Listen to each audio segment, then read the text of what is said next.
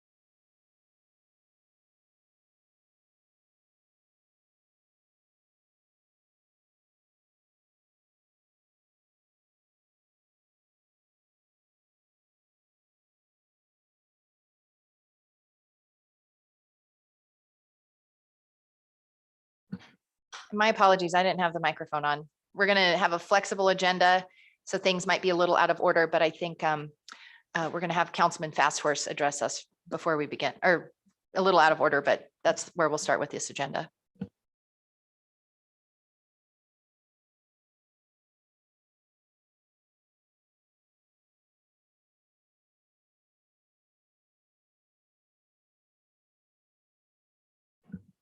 Welcome, and please state your name for the record. And then make sure we speak into the microphone so they can catch you on the Zoom. And make sure it's on, Stephen. Yep. Thank you. There you go. Good morning, committee members. Good morning, Chair, Vice Chair. Stephen Fasthorse, Northern Arapahoe Business Council for the record. Introductions and opening remarks, is that where we're at? And updates for the Wind River Intertribal or the Northern Arapahoe? Up to you, sir. Okay.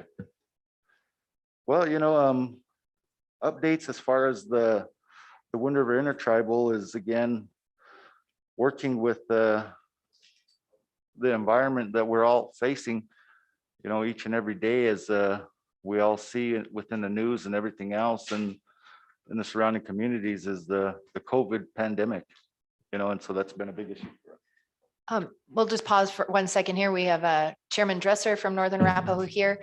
Welcome, Chairman. We are a little out of order. We know you've got some other scheduling conflicts, so we thought we'd offer you the courtesy of addressing the group first. So if you're prepared to do that, that's fine. If you want to wait till later, that's fine as well. But we thought we'd just take this time and maximize our morning. Thank you. Yeah, no, that's fine. No, thank you. Jordan Dresser for the record, and Councilman Bastors could finish the statement he was making. So, you know, we've been working our best to protect the community. And the community is facing again another wave of the pandemic, you know, the variants that are continuing to affect all of us. And so that's kind of where we've been kind of front and center for both tribes right now is addressing the needs of our communities going forward. So we've been working on looking at revising and updating our protocols and safety measures as we get ready for schools to reopen, and again figuring how we're going to be able to weather and guide ourselves through this next wave of issues pertaining to the pandemic. And so I guess that's kind of been front and center for us as both tribes right now, is just ensuring that we're properly set up and addressing all the things that are going on as far as the kids going back to school and continuing to monitor the statistics on the reservation as far as numbers of the COVID cases and how we're going to continue to address those moving forward. And again, trying to maintain as much normalcy as we can, but also understanding that our kids are probably most important to us right now because of the fact that ages 12 to 5 do not have a vaccine option. And so that's kind of been front and center for us is a concern for our younger tribal members. And so that's kind of, I'll kind of leave it at that and let Chairman jump in from there. Good morning, members of the committee. My name is Jordan Dresser. I'm chairman of the Northern Arapahoe Tribe. I'd like to thank every single one of you for coming up here and traveling here, especially during this weather, which we desperately need. So we're grateful for this rain. So going off what Councilman Fast Horse has talked about, you know, the reality is that COVID is not going away, and COVID is here for a long time. So for us, as a sovereign nation, we felt like it's our duty to protect our people at all costs. And with that, we've done a lot of different things to really push vaccinations within the community. We've partnered with Wind River Cares, and we've been offering incentives for individuals who do get vaccinated. That has been a pretty big success. As of last week, we've vaccinated 400 people, which has been a very big thing for us. But also on the flip side, you've also had a rise in cases of COVID cases hitting here. And it's due to the fact that the Delta variant is very contagious. We've had 2 tribal members recently pass away, which is a huge loss for our community. And that's just something that's really hard for us as leaders, because not only do we help the families, but also, you know, we help prepare that individual for their journey home as well when we do our parts, you know, so that's very difficult for us. We've been encouraging our tribal members to do that. And with that, we've been, you know, encouraging mask use and social distancing. Our tribal office and the different workspaces we have, we've pretty much have been able to put different safety measures in to help stop that. You know, recently the big thing was that both tribes came together, which is intertribal, and we met with the healthcare officials of the reservation and also with the schools, and we talked about their plans because schools was quickly opening up. And we decided to change the last order was called a stay-at-home order. So we tried to reworded it and we called it public health guidelines for the reservation due to COVID. And with that, we made a decision that, masks are mandatory. And also we mandated that individuals who work with our schools, students ages 17 and under, be vaccinated, And from my understanding, that's a big thing right now. But for us, once again, as sovereign nations, it's our job and our right to protect our people at all costs. And the reality is that Fremont County and also Wyoming has not had high vaccination rates. And that's very troubling on our part because it's almost like we're here and everybody around us isn't vaccinated. So do we just stay on the reservation because it's safest for us? No, we should be able to explore this whole country, every aspect of it in any way we can. But there's individuals who are not vaccinated, And so for us, we just wanted to make that stance. And the individuals, going back to that, our children are our most sacred thing for us. So we got to protect them at all costs. And this Delta variant is very transmittable and is very contagious. So we just made that very key point with us. And we know that people are upset by that. But once again, it's the idea of picking and choosing what you're going to do. For us, we're choosing to save lives. That's what we're choosing to do. And that's it. That's bottom line for us. So the next topic to go on to is to give an update about the different projects we've been doing. Like all of you, sports betting is a big thing that's coming here to everywhere, I guess, and we're venturing into that. The Northern Arapaho Tribe is the very first tribe to have Class 3 gaming here on the reservation. And we're the very first tribe to not have a compact with the state. And so I understand different individuals are getting their feet wet with that, and we understand that. But the stance of the Northern Arapaho Tribe is that, we were here first, and we kind of know the ins and outs of this. So we're exploring these different options as well, so that we could stay afoot and that we don't get lost in the shuffle of all that as well. So those are key things that we're working on right now. Construction is going pretty well with that. The different contracts with the vendors we have is going through with that. And it's just, it's the new thing that's going on, not always just us, but across the country. And so that's just the key thing with the economic development project that's going on with that. We have various other individual things going on as well. We received COVID, the ARP funds. How we set it up with our different programs is that they apply to us like a grant. And we've been excited because we've been getting a lot of really good applications from these different tribal programs, and they really want to get going with different stuff. A key thing we want to support is mental health. White Buffalo Recovery Center has a really big plan that they want to implement the different programs with the children. And that's an allowable cost, especially with the COVID stuff, is behavioral health and also mental health, because the pandemic has opened up a lot of wounds and scars that we have, and I think those are key things that we got to address within our people to make sure that we're safe mentally, emotionally, physically, and just be sound as a whole individual.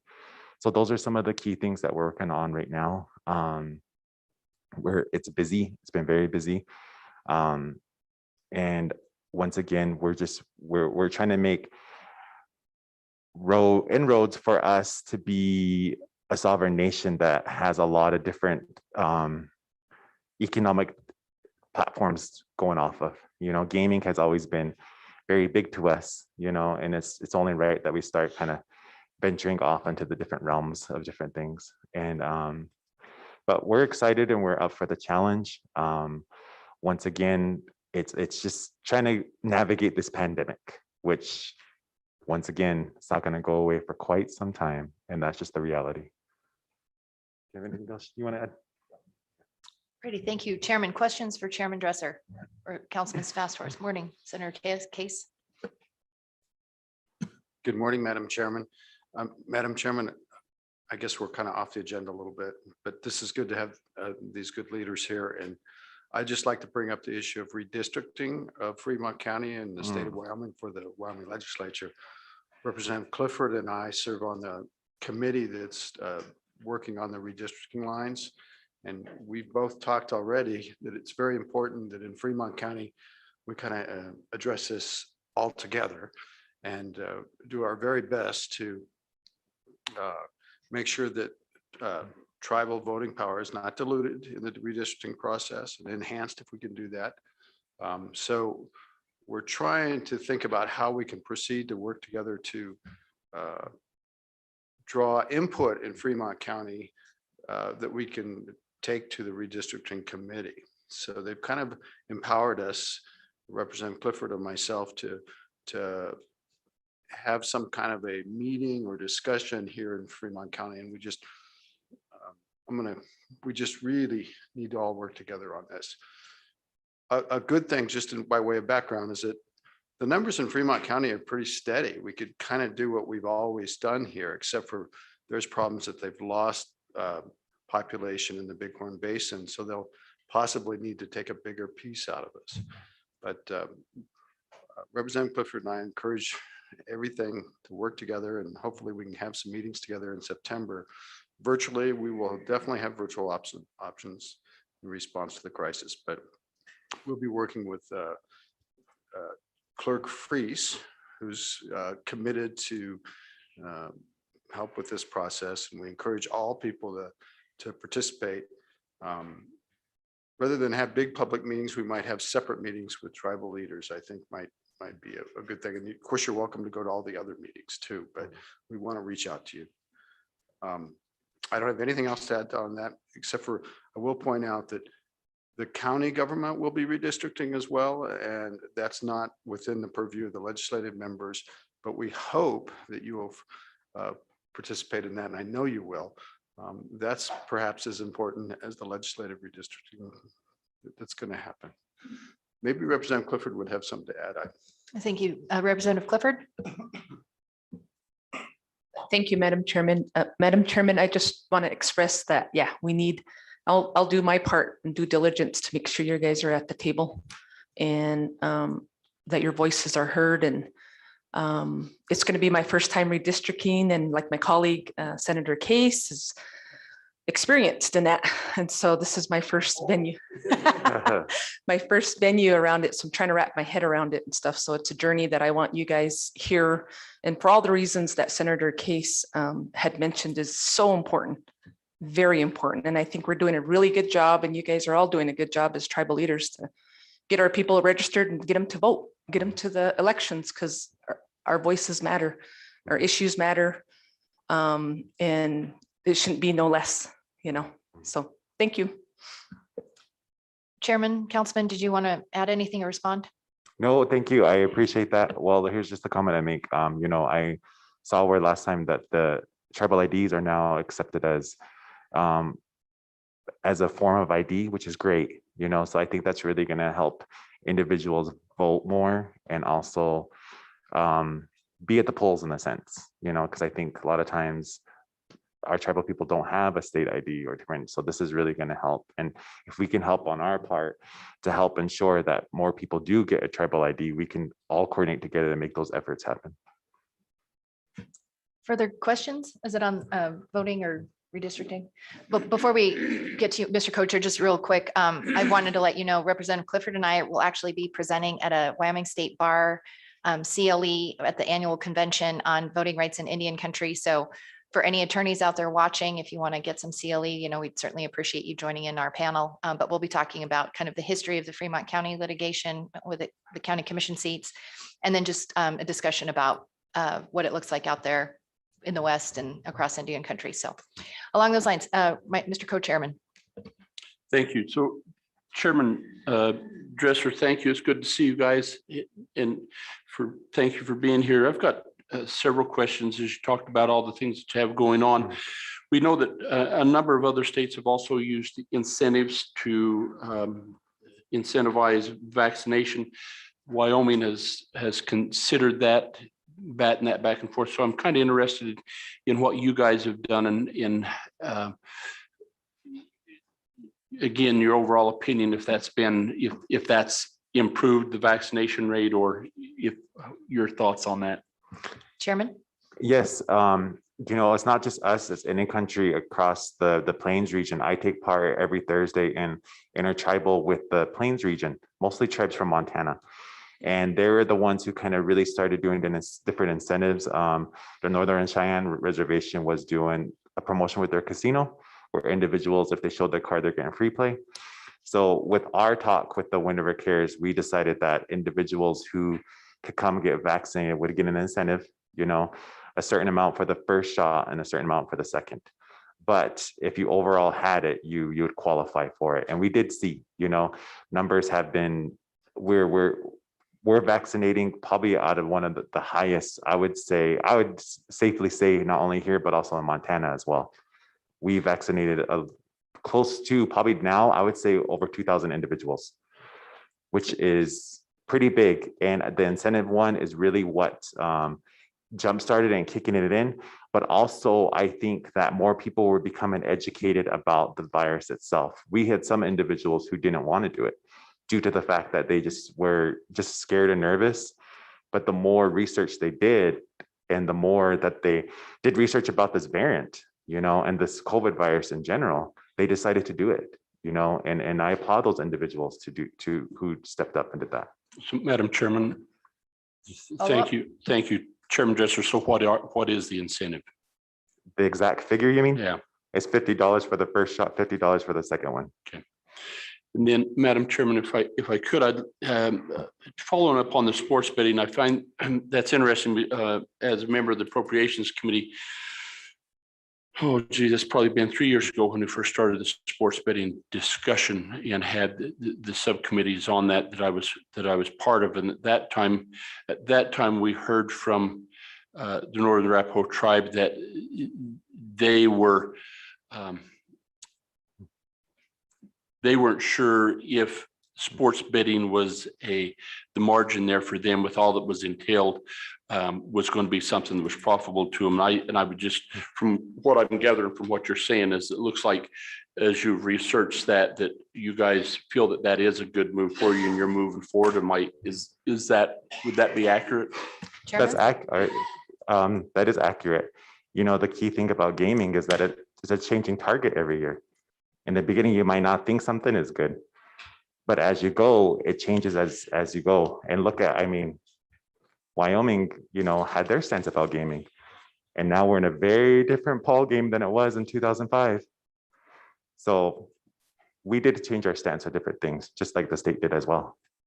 So then, Co-chairman? Madam Chairman, thank you. You talked about the ARP funds and in some of the programs that you're taking applications into. So for the folks that are watching and for the committee, I think again we were successful in being able to get those funds distributed to the tribes individually and not just to the reservation.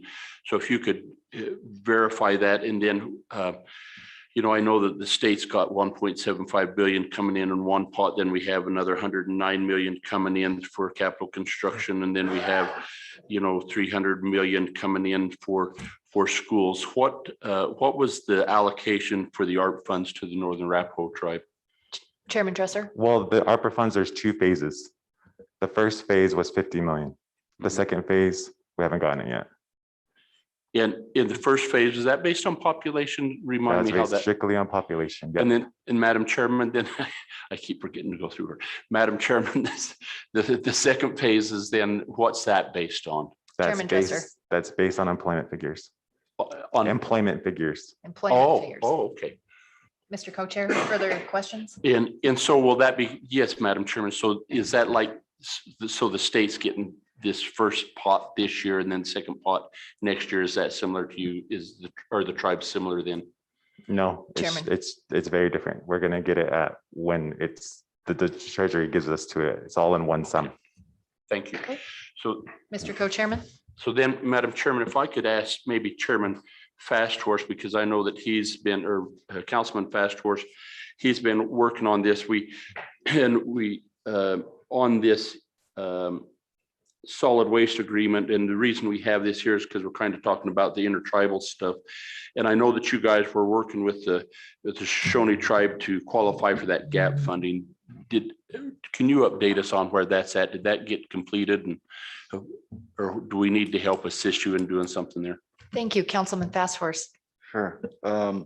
With the gap funding, we're getting right on the tail end of it. I believe the proposal is sitting in front of both tribes for signature. And again, it's something that's taken some effort, to get there. But I think we are at a comfortable enough spot where we're just going to be signing here shortly and the funds will start coming through for the gap funding. And Mr. Co-Chairman? thank you, Madam Chairman. And then that'll be an application annually, right? Yes, And so this will be for 2020, Madam Chairman, this will be for 2021, and that'll be a big deal. And that helps administratively on some solid waste stuff, correct? Councilman correct. Fast Horse.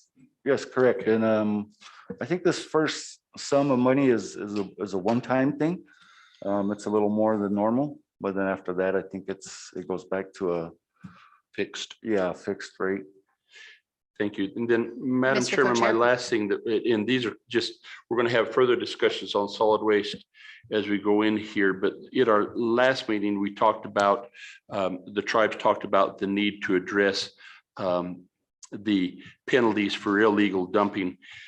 And this gets to be more complex, but at that time they had talked about being able to go into the tribal law and order code and amend the penalties for illegal dumping. Maybe Chairman Dresser, could you, or I don't know, to whomever, how's that effort going? Is that something that is going to be pursued by the? Or Councilman Fast Horse? Yes, those efforts are ongoing. We met yesterday, and continuing to work towards that. Working on the actual first draft, rough draft of what our solid waste guidance and policy and all that good stuff that'll go within it, as far as moving it towards preparing it for the law and order code. So we're in discussion now, going over the different options for languages pertaining to different sections of violations and different aspects of different fines and things like that. Madam Mr. Chairman. Co-Chair? Thank you. Then could you walk me through the process then? So this group comes together, you identify it, then walk through, does it go to each general counsel, then come back? How does that get approved overall? Councilman?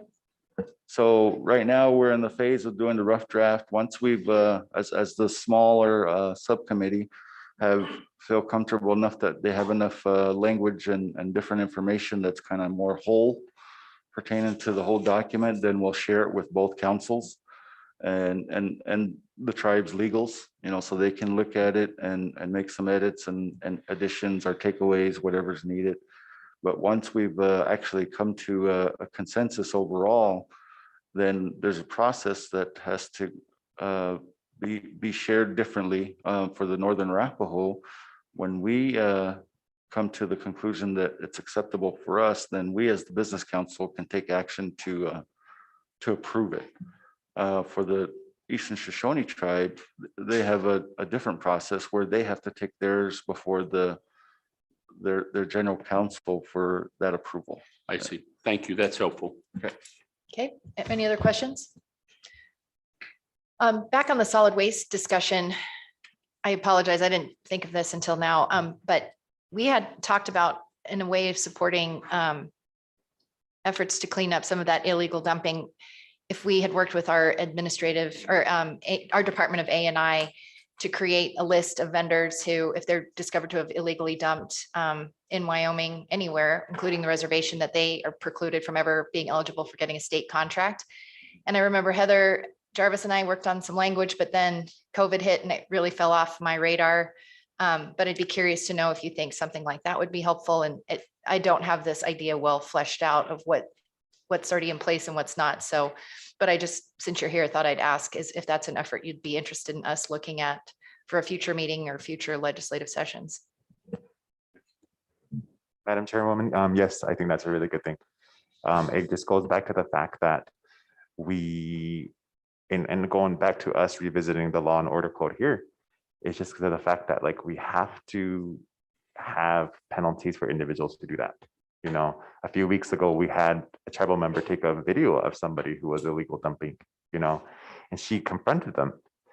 And rather than just admit it and leave, they were pretty arrogant about it. They were pretty ignorant, you know, and they didn't have, basically their attitude was, well, what are you going to do to stop me? You know, so for individuals like that, it's just like, no, you're not allowed to come out here and do this to us. You know, we should, penalties, different things like that. It's just, it's becoming one, a health hazard. Number two, it's a human rights issue.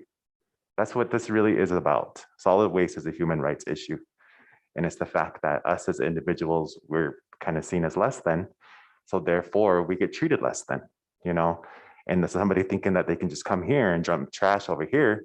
No, you do that in Lander, you do that in Riverton, you go pay those things. No, you can't come out here and do that. Once again, it's a human rights issue, and that's where my stance with that is. Follow-up questions, Representative Clifford, and then I do want to acknowledge we have some additional council members from Eastern Shoshone coming in that I see. Council members, just so you're aware, we moved the agenda. We're aware that you have another scheduling item that popped up. So as a courtesy, we thought we'd have members of both councils come give us updates first on the agenda. And so when we are finishing our discussion with the Northern Arapaho leadership, we'll invite you to the table. Representative Clifford. Thank you, Madam Chairman. Madam Chairman, I just want to address this or state it for the record. It's really not particularly to anybody, but I've had quite a few constituents come up when I'm dumping my personal trash. And I think we need to remember, and what was shared with me is we really need to address our dumps right now. And they felt that that was the priority, is our dumps where we go, where they're designated dumping sites at Pewaukee and Ethity, that we need to address that first before we go out to the illegal dumpings. And the other thing is we have our own people soliciting funds and dumping for non-natives. That's how they're making their money.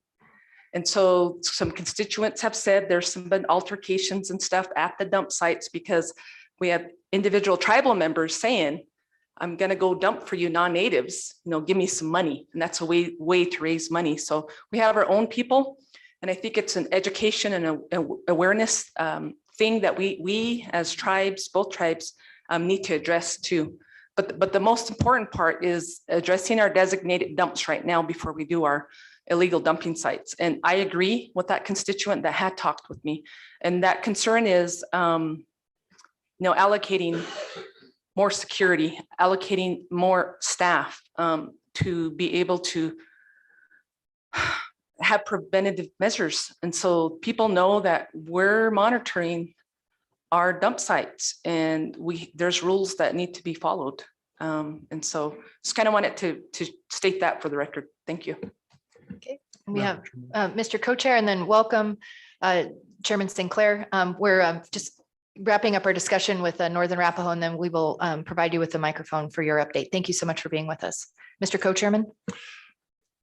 So Chairman Dresser and really Chairman Sinclair, as we talk about this solid waste issue, we're going to be having a conversation a little bit later on today on that cross jurisdiction discussion again. And one of the challenges we see with illegal dumping from on reservation members or people coming off the reservation comes back into this jurisdiction thing. If we find somebody, if I come out here and dump and I'm not supposed to, okay, so what? And so this my question to you then is do you see the possibility as we have this cross-jurisdictional component, as we talk about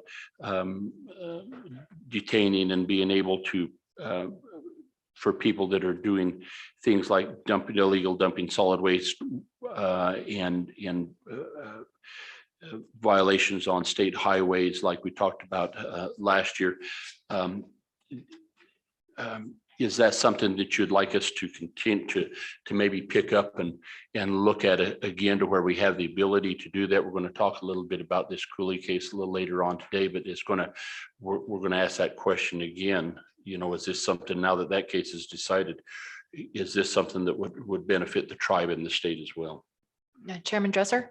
Well, first things first, as a sovereign nation, I think our first step is we have to change our law and order code. That's our first step, you know. I think that, those are the laws that we have here. And those are that's our very first one that we need to get set in motion and then apply.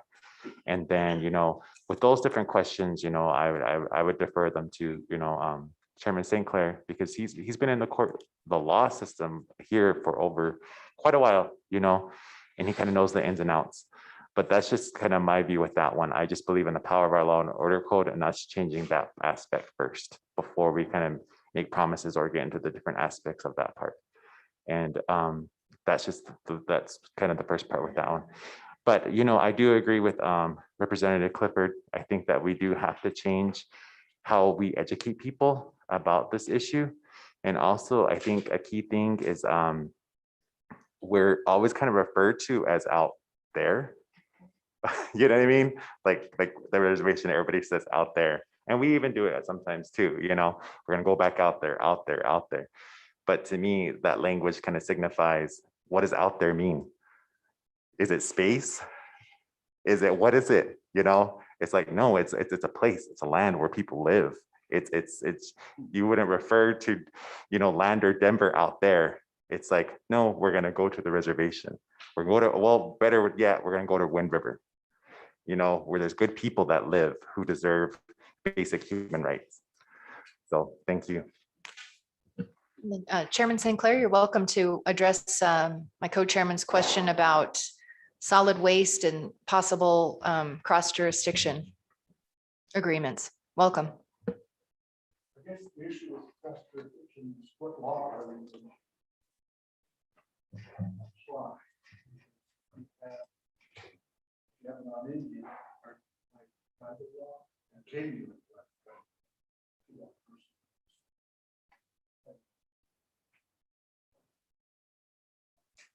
So, we, on our living law, we have. No person shall intentionally discard trash, debris, garbage. Mr. Chairman, is your microphone on? I just can't quite hear you. Thank you. Okay.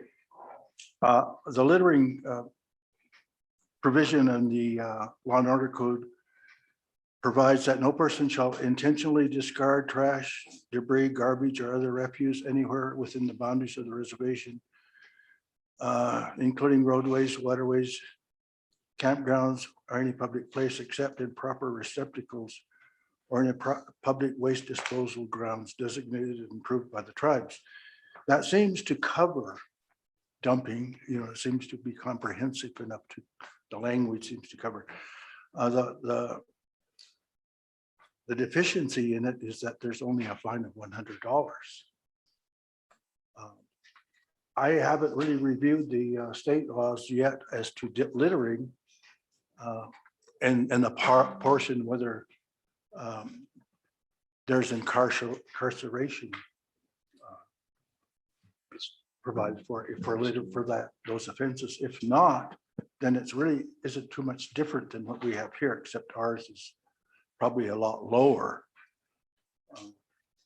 If it was amended, of course, I would recommend that it be increased and have like an upper limit and then a lower limit, so that you can,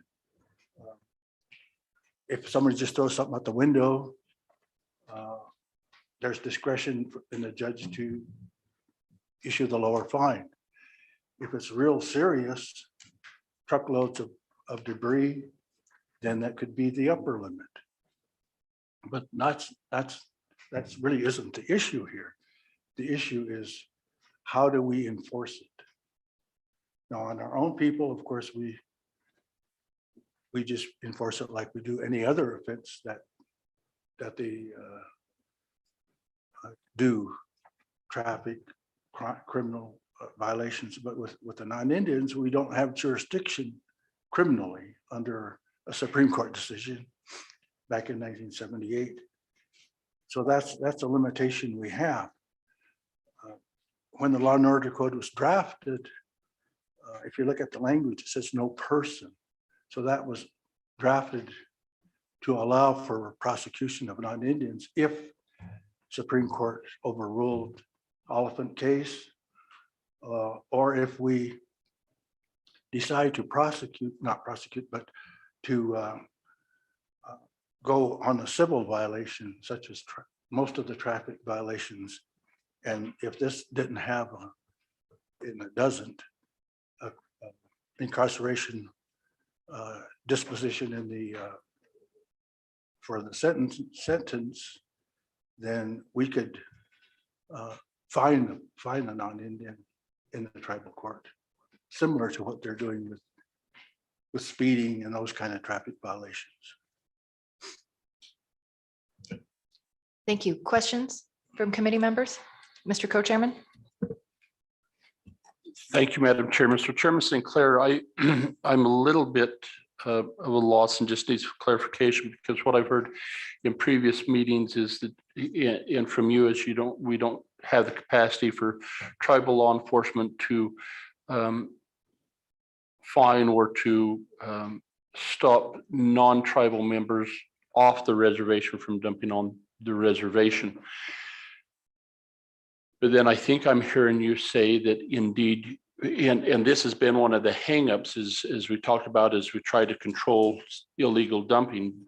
But I think I just heard you say that you feel like the tribes, if it's not a criminal offense, meaning jail time, that you feel like that the tribal police indeed do have the ability to, if they find somebody, if you find me dumping illegally on the reservation, that you could then find me in tribal court. Is that correct? Yeah, that's correct. Since it occurs out here on the reservation, well, are we on the reservation or no? But No. if it, up at our dumps where if it happens there, that's on the reservation. So you have a person fallen within this provision, doing the act that's prohibited within the jurisdiction of the tribes. If it belongs to civil, then the tribe would have jurisdiction. The question would be, well, just like the traffic, there was a time when the Highway Patrol was citing non-Indians, and I don't know if they're still doing it. When I was working there, citing non-Indians for speeding and different things like this. We would, of course, with the traffic, you have the option of putting up the bond, and if you put the bond the same as the fine would be, then the person can post that bond and then forfeit the bond and not show up, and then that takes care of the case. And that happens with a lot of people who are passing through. I've seen people from New Jersey, places like that put up the bond and just forfeited it, and that took care of it. Well, that's different. I was talking with traffic now, a lot of the non-Indians preferred to go to the tribal court to get it taken care of because it wasn't reported. Didn't affect their insurance, go on their driving record. And so once they realized that, then they didn't have a problem with it at all. But that's traffic. And this is different. But it's pretty similar. Mr. Co-Chairman? Yes. Well, Mr. Co-Chairman.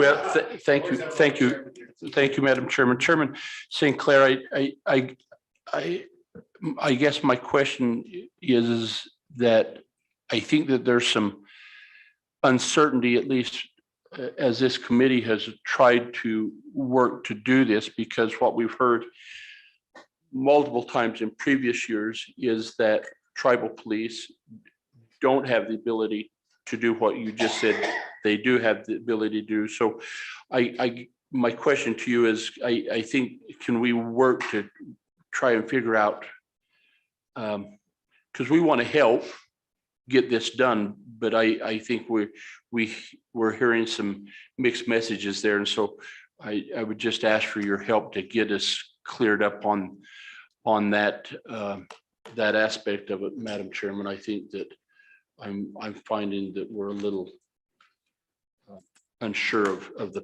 of the actual position, because we have Chairman St. Clair saying, I just think we need to get this figured out a little bit, because if we try and do any type of legislation to enhance that ability, maybe it's not needed. So please help us to do that. Chairman St. Clair. Did you want to Yes, respond? I think, you know, this is probably at the initial stages. So you'll have to look at all those issues. You know, you can look at the Cooley case, see if that's helpful. If you're familiar with it.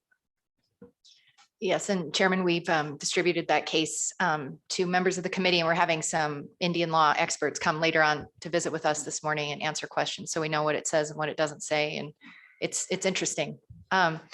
Chairman Dresser, I just had a comment. I agree that, you know, an important step for both tribes is to look at the law and order code and work through that process. And as you deem appropriate, adopt some revisions. I think my concern is, you know, there are things that we should be doing too. And, you know, if that process for the tribes takes a year or two, you know, there's no guarantee for any of us that we'll be here a year or two. So for those of us that want to strike while the iron's hot, you know, this is an issue that I think that, you know, my co-chairman and I are pretty passionate about. And so I think that, you know, it's not so much a layered step as what are things in your lane that you can work on? What are things in our lane that we can work on to support what you're doing? And so I don't know that that necessarily goes in a sequential order. I think some of those things can kind of happen at the same time, but, you know, certainly if we're doing something that impedes on what you're trying to achieve, that would be helpful. But please know, like, that's our goal, is to try and support your efforts. So, you know, if you change your law and order code, or even if you don't, you know, developing like a list of vendors who, if they are caught illegal dumping, we'd like to know that, and maybe they don't get a future state contract. I think that could happen at any time. But the jurisdiction question, I think we should tease out a little bit more. And please know we're committed to working with you on and figuring that out. Any comments? Yes, I think. Mr. Chairman St. Clair? Yes, we should, you know, the tribe should go ahead and, no matter what, increase the penalties. Because what we're looking at is the issue of dumping amounts of large amounts of refuse, rather than just throwing a piece of trash out the window as you go by. So we do need to deal with those serious things that are happening within our own jurisdiction for our people too. So. Chairman Dresser, any other comments? Madam Chairwoman, I just agree, you know, with Chairman St. Clair that the fines need to go higher, and we are actively doing different things to update the law and order code, just because we've had a lot of recent developments here. So it's going to happen, you know, but yes, if we could provide the list of those vendors who are doing that, I think if we just kind of work in sync with each other, we can combat this issue very, very together as a team. All righty. Well, thank you, Chairman Dresser. And then Chairman St. Clair, at the start of our meeting, Chairman Dresser and Councilman Fasthorse provided us an update on things they're working on. You know, certainly want to afford you that opportunity if there's issues you'd like to bring to our attention, or just give us an update on what your council is working on. We'd certainly welcome that and appreciate it. I don't want to, you know, repeat what's been already presented. However, just to back up a little bit, we do have a project to update the law and order code that's in progress. So it's not just for this, but for all areas of the law and order code. So we've got that going already. So Vice or Co-Chairman Larson. Madam Chairman, out of respect for what the North Arapahoe council members have scheduled this morning, maybe we could just ask Chairman Dresser if there's anything else that he would like to present to the committee, and then they could be excused at their pleasure. And then Chairman St. Clair, when Chairman Dresser's done, if you could just kind of bring us up to speed on, we've talked a little bit about how they're using the ARP funds and talking about the impacts of, he talked to us a little bit about the impacts of COVID. We'd certainly like to hear your perspective on that as well from the Eastern Shoshone Tribe. So let's start. Chairman Dresser, is there anything else you'd like to provide to the committee? And please know you're welcome to leave at your leisure, but we really welcome your time and appreciate everything, your comments today. Okay, yes, and Madam Chairwoman and all of you all, thank you all for taking the time to listen. You know, I'll be back after we get done with our engagement and engage with you all. And thank you to everybody here. You know, I see, you know, our liaison, I'm Siley, Emily, you know, thank you all for being here, Eric Blackburn and all those, you know, and going back to that, you know, there's just there's a lot of different things going on, I guess you could say, you know, and I touched on the vaccines and those things like that. But, you know, I think a key thing to the Northern Arapaho Tribe, we're very committed to helping solve the MMIP crisis going on. You know, me and Chairman St. Clair are part of the intertribal leaders, which is amongst pretty much all the Plains tribes. Majority of them are Montana. And we've talked about that. And I had personal conversations with Susan Meserly, who's the regional director of the BIA. And we just thought that here at Wind River, we really want to be a leader in terms of combating this issue. And if we're trying to build a coalition of the different tribes in the Plains region, so that when an individual does go missing, we'll have certain protocols in place where we can all help each other. And we can help educate individuals of what you can do when one of your relatives goes missing and the steps that you can all take. So those are different conversations we're having to hopefully not only spark change, but also be a leader here. And Wind River is special because there's two tribes here. So I think if we can not only come together with ours, but other tribes, we can really combat and solve this issue that is really taking a lot of our people. And it's something that's very near and dear to my heart. Last week, we had the Honorable Interior Director, Deb Holland here, and we spoke about that. And that's something she's really committed to. And, you know, she's done various different things, and we're grateful that the fact that we have now a tribal advocate position, you know, that's a key thing for us. And Governor Gordon has done a great strides with that, with his task force, and also the report that came out that shows we have a lot of work to do. But I think if we all come together, not only with the state, county, but also the tribes, but also tribes all across around us and also states around us. I think if we can all come together and communicate well, we can really highlight this issue so that no more of our people go missing and no more of our people get murdered. So thank you for your time. Thank you, Chairman. Any questions for Chairman Dresser? And bless you to the back row there. Thank you so much for being with us. Feel free to leave the dais if you'd like. And then Chairman Sinclair, I think my co-chair wanted an update if you'd be willing to let us know how things have been going with the federal ARPA funds and COVID related issues. We're just kind of curious to know how things are going from your perspective. Thank you very much, Madam Chairwoman and members of the committee. I appreciate you meeting with us today and putting us, you know, having this committee to look at our issues that are very difficult for us. The variety of them. Also appreciate your help in your perspective in those same issues. I know we're not going to agree 100%, but that's just the nature of government and what we do. And we have a loyalty to our constituents, and you have a loyalty to yours. With the ARPA funds, we are, first of all, you all aware that we distributed $2,000 to each tribal member to cover the needs they had during from the last distribution for the COVID money before. And this is for the households who haven't been working, who don't have jobs. It's for the children who are now just starting school. In fact, that's one of the reasons I'm late, is because I had to see my grandson off to school this morning, second day of school. So, that's the issues we're looking at, the rising prices of food, fuel, just to help our people to meet their obligations. So that's the first distribution. The other distributions we're looking at, we have a lot of time this time. We're hopefully doing a priority to purchase land, to if it's available, to utilize that land. If it's fee land, start the process to put it back into trust.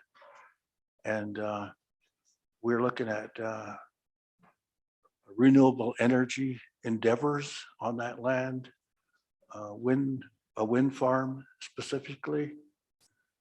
And hopefully we can, by the time it gets back into trust, we can utilize some of our ARPA money for that project. So we're in contact with those companies that do that.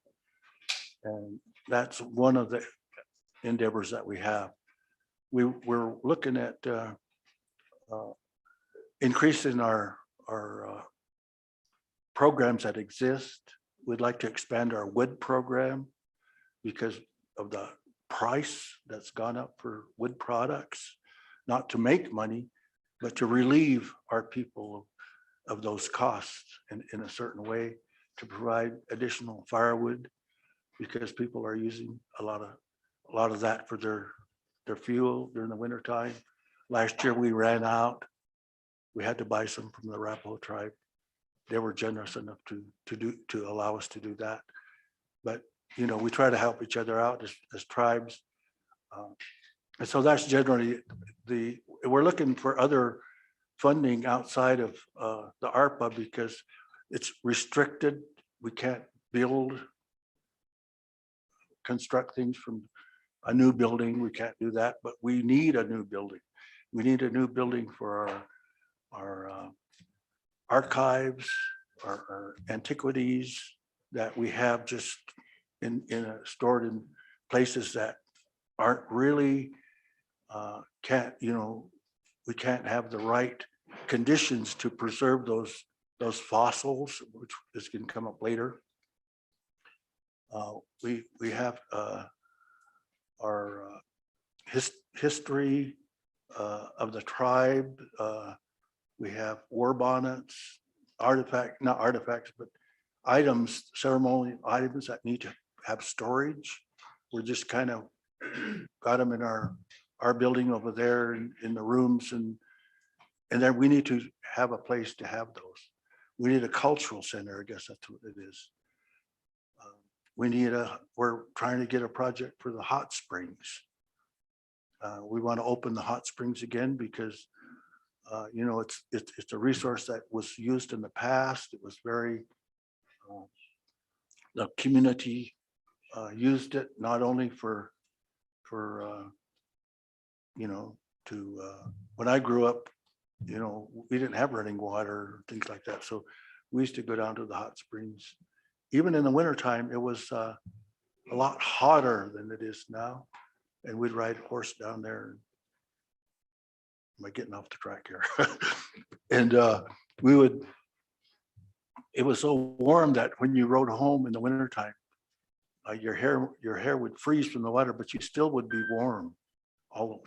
I didn't live that far away, a couple of miles, 3 or 4 miles, but that was like a center for our tribe, socially and spiritually.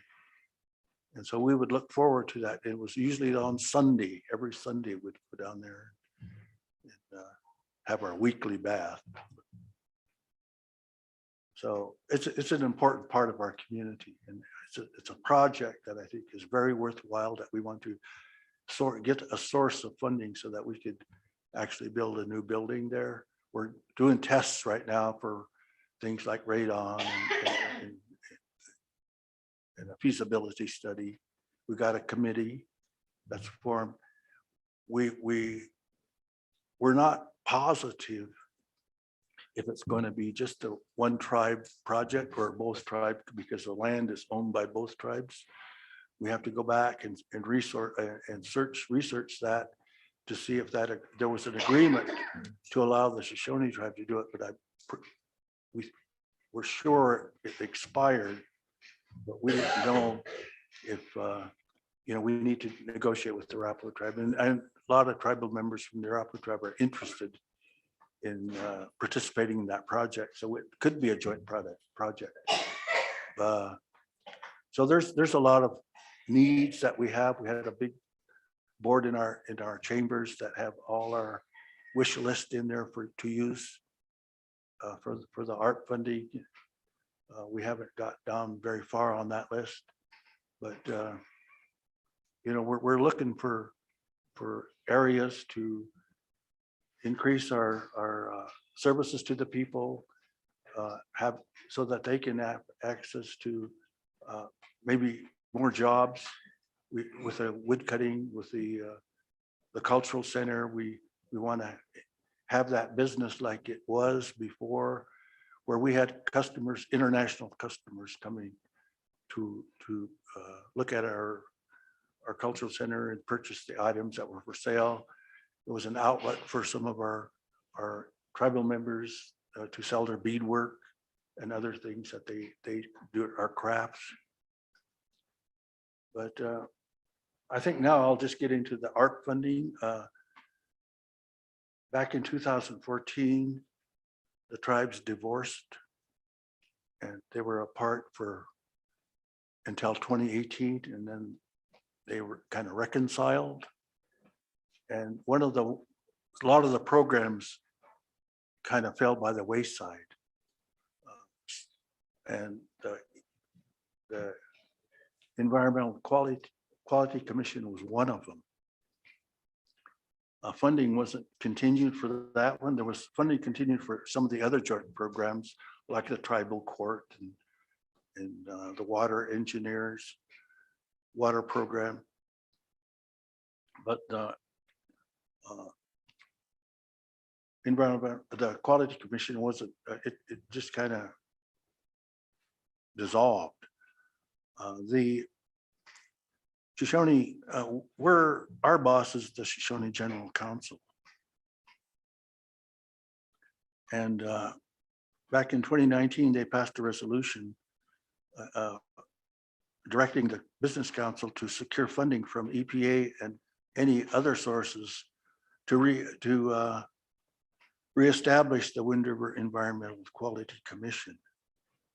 So that's our mandate for us to go forward with it. In fact, it goes beyond the mandate.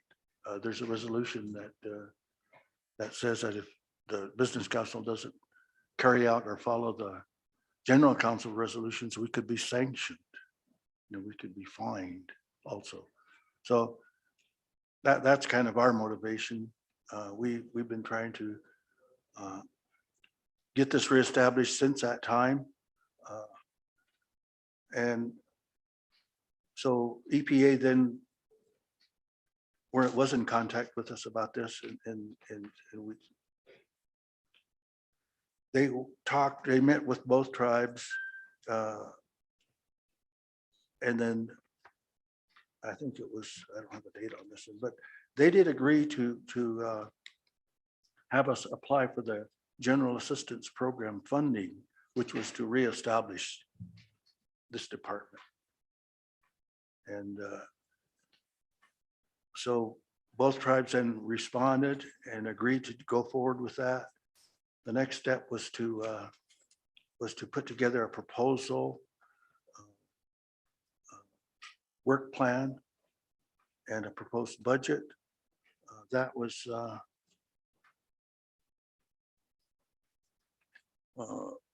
just submitted about a month or two ago. It has the procedures and steps that we're going to be following. We're going to reappoint the commission. We're going to put together the commission is going to start meeting. The budget will be then finalized. And it's then submitted, and then they'll give final approval. So we're pretty much on the verge of getting that funding. And once that's secured, then we'll have our department back up and running. And I don't hope I didn't repeat what was said, but that's kind of my update on that. No, there were no repetitive remarks. Thank you so much, Chairman. Representative Clifford. Thank you, Madam Chairman. Chairman St. Clair, so the Wind River Environmental Quality Commission, is that an intertribal program or is it just particularly to the Shoshone tribe? Chairman Sinclair. This is a intertribal program that had existed since probably the 1980s, 1970s. And then it, like I said, dissolved around 2014, but it's still in the law. There's still legal basis for it. Follow up. Thank you, Madam Chairman. Chairman St. Clair, so the commission, is it composed of 6 members and is it 3 from each tribe that were appointed by the tribal councils to serve on that commission? Are you guys to that point? Chairman Sinclair. In our proposal, we have it, we're using 4, 2 from each tribe to begin with. Additional questions for Chairman Sinclair? Representative Clifford. And thank you, Madam Chairman. Chairman St. Clair, how about another commission? I'm hearing word about a tax commission. Chairman. Yes, there's a tax commission. Both tribes have recently appointed their members to that tax commission. The tribes have submitted the money to cover the budget into the joint government. So that's, in fact, last week we got our money, and it's probably in the process. It may be in the joint right now. So that's pretty much on its way. Any additional questions? Chairman Case or Senator Case? Thank you, Madam Chairwoman. I just want to make a quick point about redistricting because if that's all right. Chairman St. Clair, it's good to see you and members of the Business Council. This is a redistricting year in Wyoming, and Representative Clifford and I serve on the Corporations Committee, which is in charge of redistricting. And of course, Fremont County is a special place with respect to redistricting. And we just wanted to extend our humble desire to work with your council and all the people of the Wind River Reservation and Native people off the reservation who need to be included and counted so that their voting power and the redistricting process can be maximized. So we invite you and all to participate and look forward to working with you. Just for everyone's edification, we're on a faster track this year because of the delay in the census data, which we actually only got good data last Thursday. So the Corporations Committee's already met once. They talked about Fremont County a lot. And the most important thing about redistricting in Fremont County is we have a population that constitutes it's a minority population in the United States that constitutes a majority of this region or particular areas that are significant enough to be able to elect representatives and senators in the Wyoming legislature. There's a similar ruling with respect to, of course, the county commission, but that's not our function. Our function is to redistrict the legislature. And we welcome your help and your input of everyone here, but especially you, Chairman St. Clair. Thank you. Chairman Sinclair, feel free to respond. Okay, thank you, Senator Case. We on the reservation really appreciate your representation of us and looking out for our interests. And so we're more than willing to work together with you. Co-Chairman Larson. Thank you, Madam Chairman. Just a privilege, if I may, to welcome Vice Chairman Washkey and Councilman Weed and Councilman Thayer and Councilman Newt. We're glad, appreciate you being here today. And then, Madam Chairman, if I may, I just appreciate the updates on all that you've been doing. I have two questions. We heard quite a bit from Chairman Dresser on their vaccination efforts. Would kind of like to get your feel of how that's going in the Eastern Shoshone tribe on and relating to COVID. And then if we just curious on the distribution of ARP funds to the tribe, how much did you get on your population? Then it sounds like you're waiting for the second pot to be determined by the treasurer, if I've got that correct. Chairman Sinclair. Thank you, Representative Larson. I believe we're going to have more specific information when is that? Friday? When Karen Snyder, our coordinator, will be here. So she might have a little more specific knowledge than I do. Our numbers on vaccinations are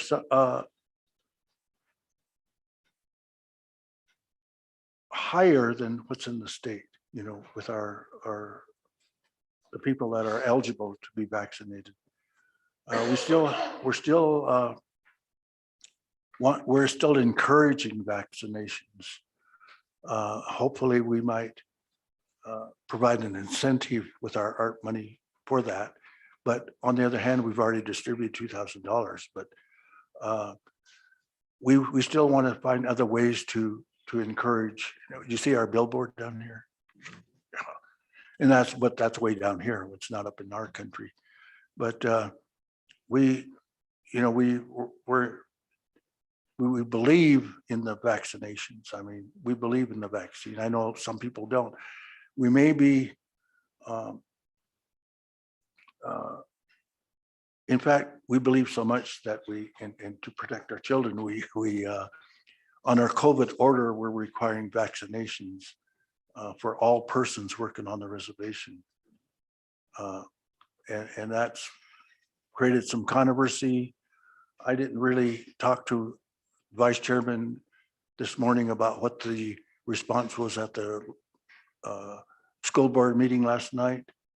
And it was coming up, but you know, it's just like anywhere else. You know, there's people who are set against it for their own reasons. I mean, I don't want to be critical of someone's religious beliefs or whatever, but on the other hand, you have to weigh that against the safety of our children. And that's who we're trying to look out for. And if it is a problem or if it can't be enforced, then there should be alternatives to the learning for our children. The parent should have an option whether to keep that child in school or not, but not have a situation where it's to be faced with that or no school at all. Further questions for Chairman Sinclair? Representative Clifford. Thank you, Madam Chairwoman. I just want to echo Senator Case's comments in regards to redistricting, and just want to invite the whole council that we need you to help us with our numbers and redistricting. That's going to be so crucial. And like I said to Chairman Dresser and Councilman Fasthorse, is our voices matter, our issues matter. We need to be at the election box. We need to cast our votes, and that's important in that education that we bring. So redistricting is going to be key and crucial. The other thing I want to state for the fact, and I'm speaking to my committee here and my fellow colleagues, Jim Blackburn also serves on, Representative Blackburn also serves on corporations along with Senator Case and I. And I just want to reiterate and state for the fact that when they talk about Fremont County, and it was in Monday's meeting, it was alluded to that Fremont County has a problem because of the native vote. I don't like that. I take offense to that. We are not a problem. And so I just want my committee members, if you hear it, please stick up for my constituents and I. We are not a problem. We are not. And I just took offense to that on Monday when it was alluded to, well, Fremont County has a problem. So thank you. Comments or questions for Chairman Sinclair from other committee members? I do have one, Chairman. You mentioned you're going through a land into trust process for some potential wind projects. I'm just curious, and probably good for my committee to understand what that entails. When you put fee land that's within the exterior bounds of the reservation into trust, remind me, that all occurs in the federal Department of Interior level review. That doesn't go through the Wind River BIA agency first, does it? Well, the procedures that were utilized until recently was that it goes to the BIA procedures, and the local superintendent didn't have much say about it. And so it pretty much was been at a standstill. I mean, we've had requests to put certain tracks into fee that are still not acted on. That was one of the issues I was going to raise with the Secretary of Interior when she was here. However, I just was on a consultation with the Bureau of Indian Affairs the week before. They had indicated that they were going to move forward with that issue and delegate the authority down to the superintendent. And I don't know if that's full authority or not, but the superintendent then is going to initiate the process. And so it's looking up for us to do that. Of course, you know, the consequences of going back into trust is that, you know, it's not taxable. And, you know, nobody wants to pay taxes. So, you know, if we have a wind project there, it could be a lot of, you know, high tax. So we're looking at, you know, those are business decisions that everyone makes, you know, nobody. And so that's kind of our perspective is to try to get it back in trust. And I guess it would be any land that we purchased, for any reason. And just a follow-up question, Chairman, just for the committee's knowledge, you have lands that are held in fee. I know there are federal funds sometimes available to try and consolidate, because right now there looks like a checkerboard in some areas, right?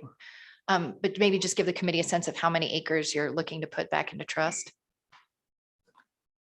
Well, right now we're just doing individual plots, but that sounds like a good idea to me. Any other questions for the chairman? Seeing none, thank you so much.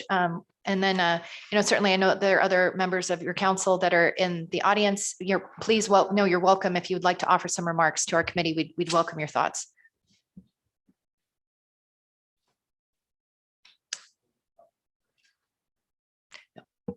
Okay. We got a little off our agenda this morning. The first area where we were going to cover was getting an update from the tribal liaisons, Siley Lee Tendor, as well as Emily Solai from the governor's office. So let's transition to that part of our agenda right now.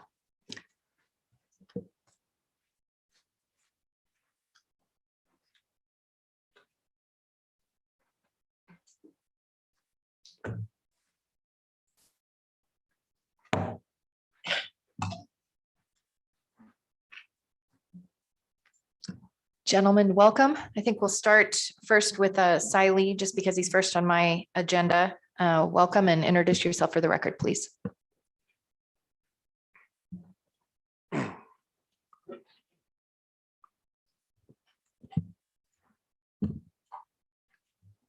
Thank you, Madam Chair. My name is Siley. I'm the tribal liaison for the Northern Arapaho Tribe. I'd say good morning to all of the committee members. Thank you for acknowledging our tribal leaders and giving them that opportunity to begin here today. That's incredibly important, and I appreciate that. Thank you. Also, before I get started, I'd like to thank those of you that attended the Veterans Memorial last week. That was a significant event for the reservation, and for those of you that traveled there, thank you for that effort and that attempt to participate in such a commemorative event. Also, a member of our audience here, Mr. Scotty Ratliff, was a major part of that. So I'd like to commend his efforts as well with this opportunity, and Miss Lisa Wagner, all those that participated and attended. Thank you as well.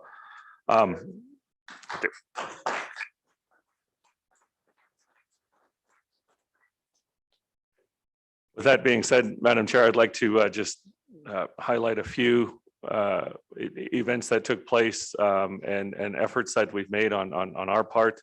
I've got some other subject matter that will be discussed later on in the meeting throughout the next day and a half or so. But with that, I'd like to get started by just informing the committee that we continue to have and coordinate quarterly meetings with the governor and the tribal leadership. Those meetings we're fortunate enough to have those meetings both virtually and in person as well. We're fortunate enough to have an in-person meeting where we sort of kicked it off with here's what we want to do and how we want to do this, and start to structure a relationship between the two executive branches of office. So those quarterly meetings are happening regularly now.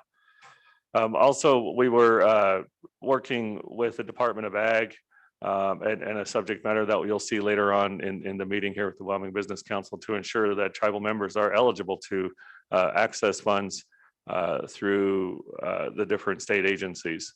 So in cooperation with the Department of Ag and as well as you'll see later on the Wyoming Business Council, we want to continue those efforts and see that all tribal members and programs are eligible to access funds through those different state agencies.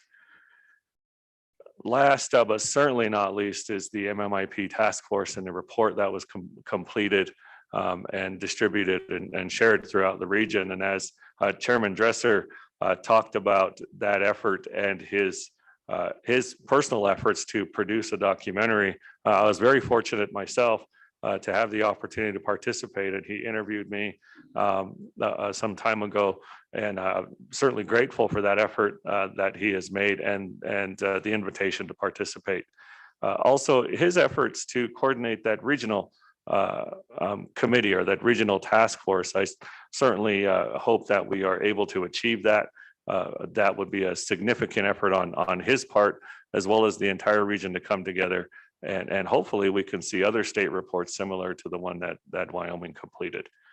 So with that, I'll stand for any questions. If not, I'll turn the floor over to my counter here, Mr. Lee Tendor. Thank you, Sai. Any questions for Mr. Lee? Seeing none from committee members at this time, welcome Lee Tendor. Good morning, Madam Chair, rest of the council, co-chair. My name is Lee Tendor. I'm the Eastern Shoshone Tribal Liaison, Governor Gordon's office. And one of the things I would like to touch on is the child welfare. So for the Eastern Shoshone Department of Family Services, what we started working on was moving into a 4E program. So the state would offer $500,000 to each supporting efforts for each tribe for the Department of Family Services for the offices. This is become the compliant with the federal 4E program, and it would provide substantial funding. Eastern Shoshone DFS has executed its contract with the state and is therefore on the path to complete 4E steps into receiving some funds to do so. Northern, I don't want to speak for the Northern Arapaho, but their contract is close to execution as well, for information. Another thing I would like to touch on is the Wyoming Hunger Initiative. The Wyoming Hunger Initiative is led by the First Lady, Jenny Gordon. The First Lady, she did tour Fremont County earlier in the year when the food drives were happening across the state of Wyoming, Fremont County being one of them. And with this, she did visit all the local areas within Fremont County, including the Wind River Indian Reservation. I did receive an email in the beginning of the years when this was being conducted. We needed a person of contact, so therefore I reached out to one of the council members. One of the council members did volunteer to be that person of contact. That made it a whole lot easier for us to have a person of contact in which we know would be a solid information, a person for contact. So with that, the First Lady did engage in creating gardening boxes, which was, a huge community builder for the local areas. I guess, let me go back.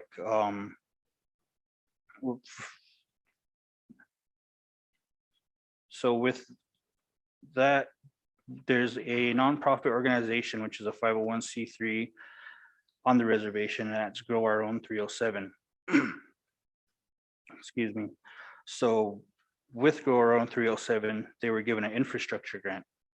This allowed to help create the gardening boxes for the local communities for the Grow Their Own. This was during the pandemic. It was a huge initiative, and it did help with limiting people from going out to getting their own vegetables, fruits, so on and so forth. Grow Our Own 307 is focused on bringing back food sovereignty through gardening on the Wind River Reservation. Lastly, but not least, I'd like to mention the Emergency Rental Assistance and Homeowner Assistance Fund, ERA. This includes regular joint meetings in which we conduct, we don't conduct state, between the state and each tribal housing team, Eastern Shoshone and Northern Arapaho, and the state itself. The jurisdiction jointly set their own service areas in the beginning so that each program knew areas for overlapping in the development stage. Programs share materials to help one another, transferring data back and forth, one being data, two being program narrative drafts, which will require approval from Treasury, three being the policy documents based on updates to the Treasury guidance. This is the type of cooperation, the efforts between the programs that has made each program better, effective, and information that is very effective. Thank you. Questions for Mr. Tindor? Seeing none. Thank you so much. Thank you. Good morning, Emily. Good morning, Madam Chairman, members of the committee. Thank you so much for having us today. My name again is Emily Sola. I'm special counsel for Governor Gordon. And before I get into my substantive topic, which is about the Herrera litigation, I do really want to emphasize the hard work that each of the liaisons have done over the course of the last year.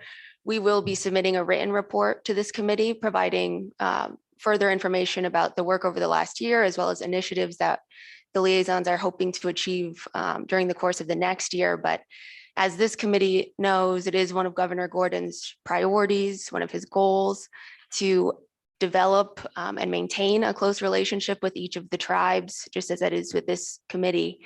And I don't know how that would be achieved without the liaisons. The range of topics that they address with us, our office, state agencies, as well as each of the tribal business councils, tribal departments, is very broad. We heard some of them today. Beyond that, MMIP, brucellosis, economic development, these are all issues that this committee is speaking about today. And I think some of those issues have arisen from meetings that these liaisons have coordinated and led. So we really appreciate that. I also want to add that, as we heard from Chairman Dresser, Madam Secretary Holland of Department of Interior did visit the state of Wyoming last week. Many members of this committee were at that meeting as well. We were honored that she also visited the Wind River Reservation. She visited with each tribal chairman, but that day was a success in large part because of our liaisons. There were a lot of changes to plans at the last minute. Her travel plans changed that day. And despite that, Cy Lee stepped up and made sure that we were all still able to meet, that we had a place to meet, and that meeting went off without any hitches, although there was some adversity from our end. So really appreciate that and want to note that for the committee. Mr. Co-Chair. Thank you, Emily. Thank you, Madam Chairman. Emily, before you get into your next topic, could you just update us? Really appreciated the comments that Lee had on the 4E discussion, and just appreciate the work that's being done on that. I mean, we've been having that conversation for for years now. And so my question is, do you, timelines that you think that'll, before that'll wind up? Do you have a feel for that? Ms. Solai? Madam Chairman, thank you. Co-Chair Larson. I see that Jen Neely's here today and she might have some more information than I do as far as timelines from the federal process of becoming eligible for 4E. What I will say is that, as Lee mentioned, we do now have an executed contract between State DFS and Eastern Shoshone Tribe that lays out the steps that Eastern Shoshone DFS will be taking to accomplish 4E and at which points in those steps they will receive state funding.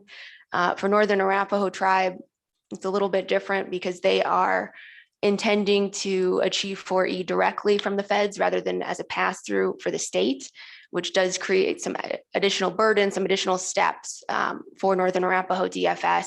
And so they presented their own budget, their own timeline to state DFS, which is why that contract took a little bit longer, but we're close to finalizing that. As far as next steps, I would have to defer to Jen Neely on that, Co-Chair. Madam Chairman, I think you answered my question. Thank you. Okay, please proceed. Thank you, Madam Chair. Members of the committee, I was asked today to provide a status update on the Herrera litigation, which of course, as we all know, is the litigation regarding the Crow tribe's treaty rights to hunt in the state of Wyoming on federal land. Before getting into that, I will note, as you all know, but for members of the audience, I am not counsel of record in this case. I am an attorney for Governor Gordon. I am not with the Sheridan County Attorney's Office, neither am I with the Attorney General's office, but happy to provide an overview today and answer any questions as I can. So members of the committee, there are currently 2 open cases relating to the Herrera litigation. One is in state court, and that is State of Wyoming versus Herrera. That's the original case that was remanded by the U.S. Supreme Court. So that is now working its way through state court to answer the questions that the Supreme Court left open. At the same time, there is now a federal case open, and that case is Crow Tribe versus Repsis. That was originally a case decided by the 10th Circuit about 30 years ago, but it has been reopened by the Crow Tribe, and the state of Wyoming is also a party in that case. Before getting into, I think to understand the posture of each of those cases, it's helpful to quickly summarize the questions that the United States Supreme Court did answer and the questions that they left open for our state courts to answer. 2 very important matters in the realm of federal Indian law were answered in the United States Supreme Court in the Herrera case. One is that Wyoming statehood did not extinguish the rights of Crow Tribe members to hunt under their treaty. The second is that the establishment of the national forest in the Bighorn National Forest did not render that land occupied for purposes of interpreting the Crow Tribe's treaty. And that's important because the language of the treaty is that the right to hunt extends to US lands that are unoccupied. And so knowing from the US Supreme Court that the national forest development by itself is not enough to categorically render the Bighorn National Forest occupied answers a very important question in that case for all parties. Even with those 2 questions answered, there are a few that remain unresolved, which is why this litigation is ongoing. So first, a question that remains unresolved is, where does Mr. Herrera's treaty right apply? The second is, what, if any, state regulations can be imposed upon that treaty right? And the third that was left open is, procedurally, how should the state court make those 2 determinations? So more specifically getting into each of those questions, I would describe the first as, was the region within the Bighorn National Forest where Mr. Herrera hunted occupied? Now we know that categorically we cannot call the entire national forest occupied because it is a national forest. But the Supreme Court did leave open the question of, well, was that specific region occupied for other reasons? So that's in front of the state court. The second, regarding the limitations of state regulations, is does conservation necessity in that region support the imposition by the state of hunting laws on Mr. Herrera in his specific case? And the third, which is a procedural question, it's a threshold question about how those first two are answered and whether they were previously answered, is has occupation, has conservation necessity already been answered in the courts after a full and fair opportunity to litigate? Not just generally, but specifically, have those two questions been answered regarding the Crow tribe's treaty right to hunt, specifically in the Bighorn National Forest? If so, that's the doctrine of issue preclusion. If so, then the questions, those first two questions I mentioned are already answered, and therefore further proceedings are barred. So those are pretty big issues that remain open, which of course is why this is still moving through the state courts. After the United States Supreme Court issued its ruling, it remanded the matter back to district court, state district court, which in turn remanded the matter back to state circuit court, which is the court where the trial was initially held.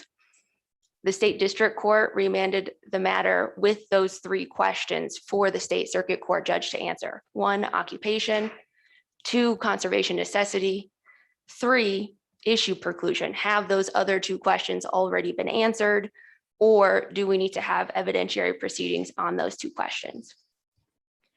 The Wyoming Circuit Court has rendered a decision in that case. It rendered its decision on that third question of issue preclusion affirmatively, finding that occupation, conservation necessity have already been determined by the 10th Circuit in the Crow Tribe versus Repsis case. So that's that federal case that I mentioned up at the top.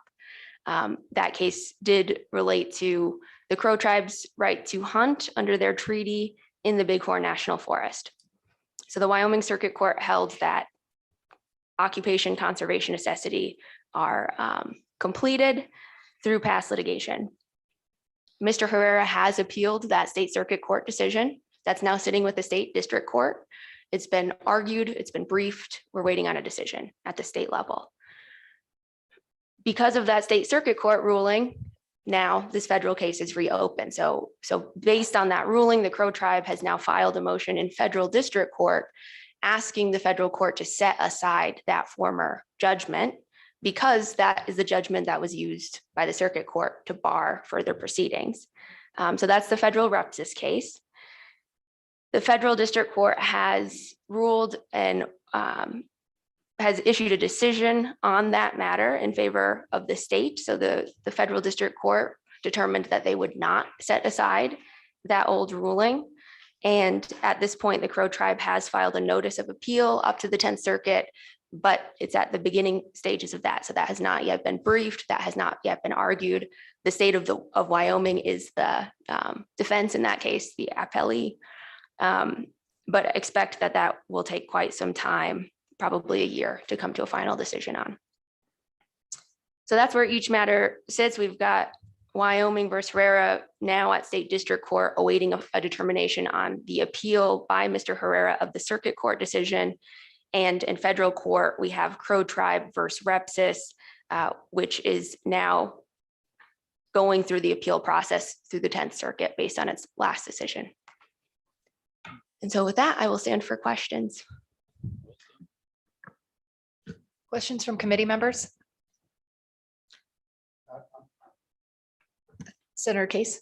Madam Chairman, not on the Herrera case. I do have a question for the governor's office just to find out who's been assigned to a policy role. It's kind of background, but I'll wait. Okay. I have a question on Herrera.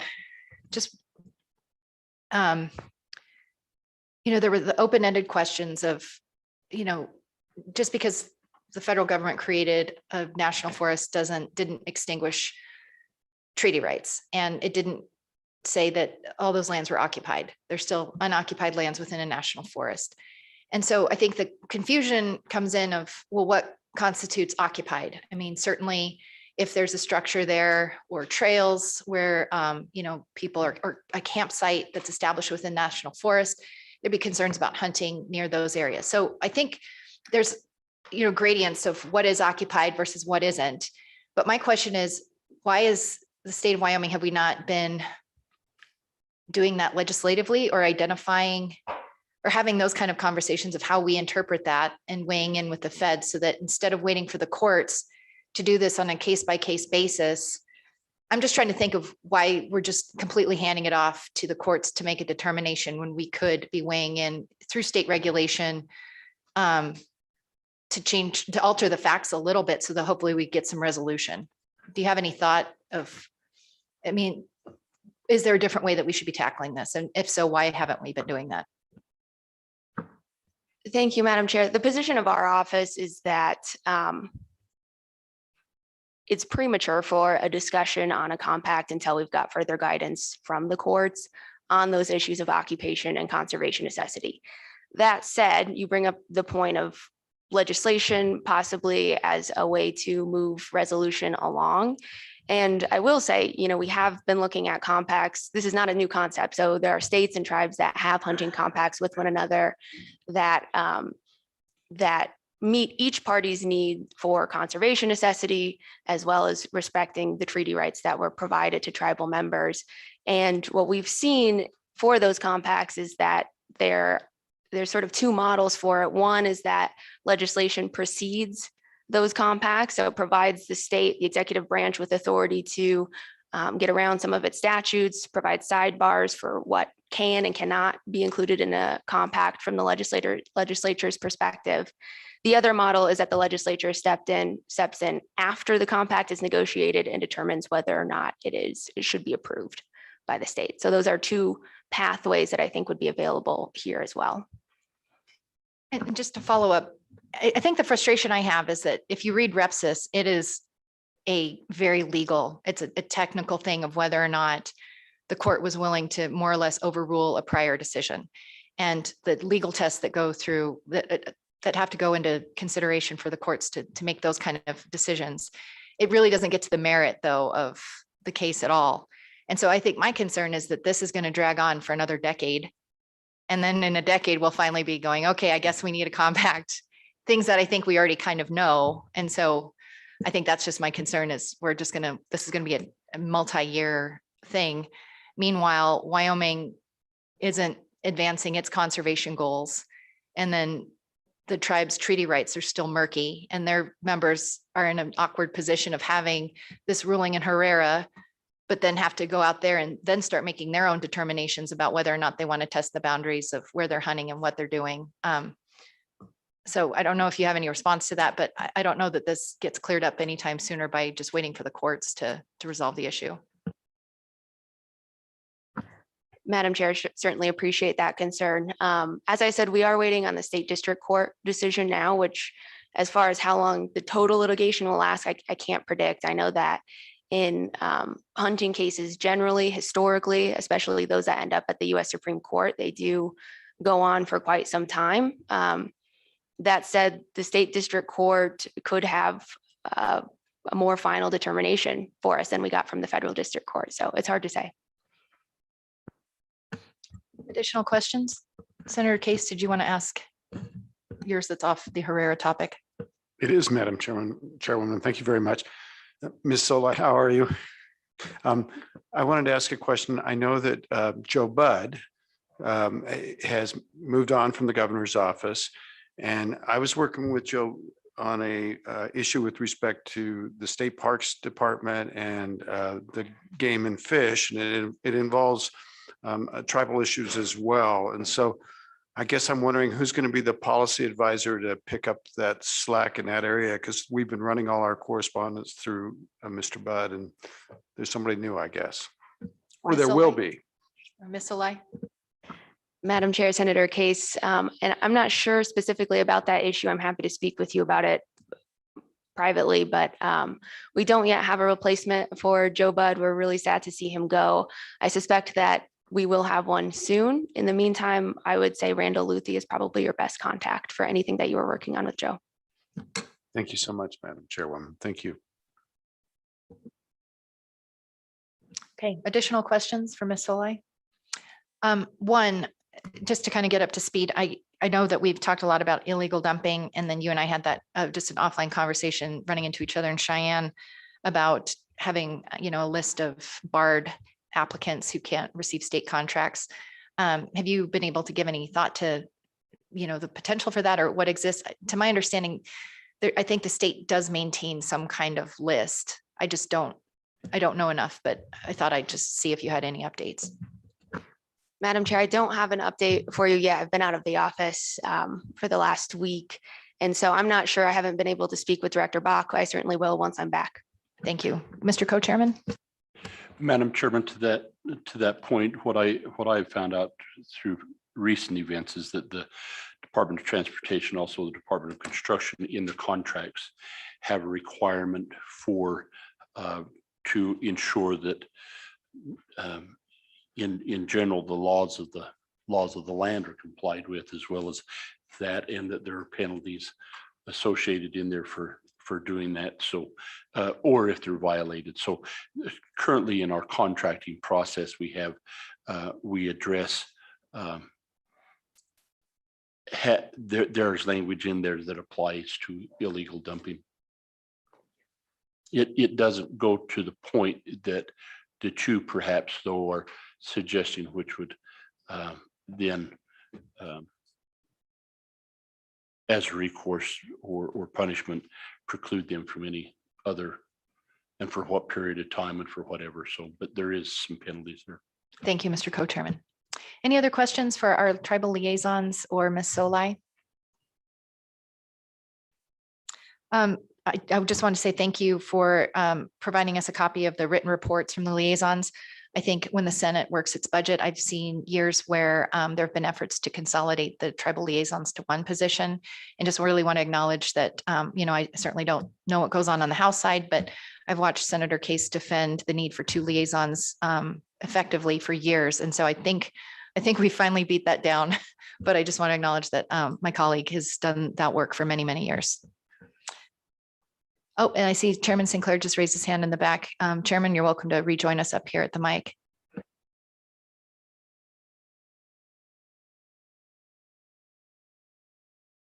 Oh, Mr. Chairman Sinclair, if you wouldn't mind coming up to the desk here. We are streaming the meetings, and I think if we turn on the microphones, we can capture your remarks, and we want to make sure we do that. Thank you.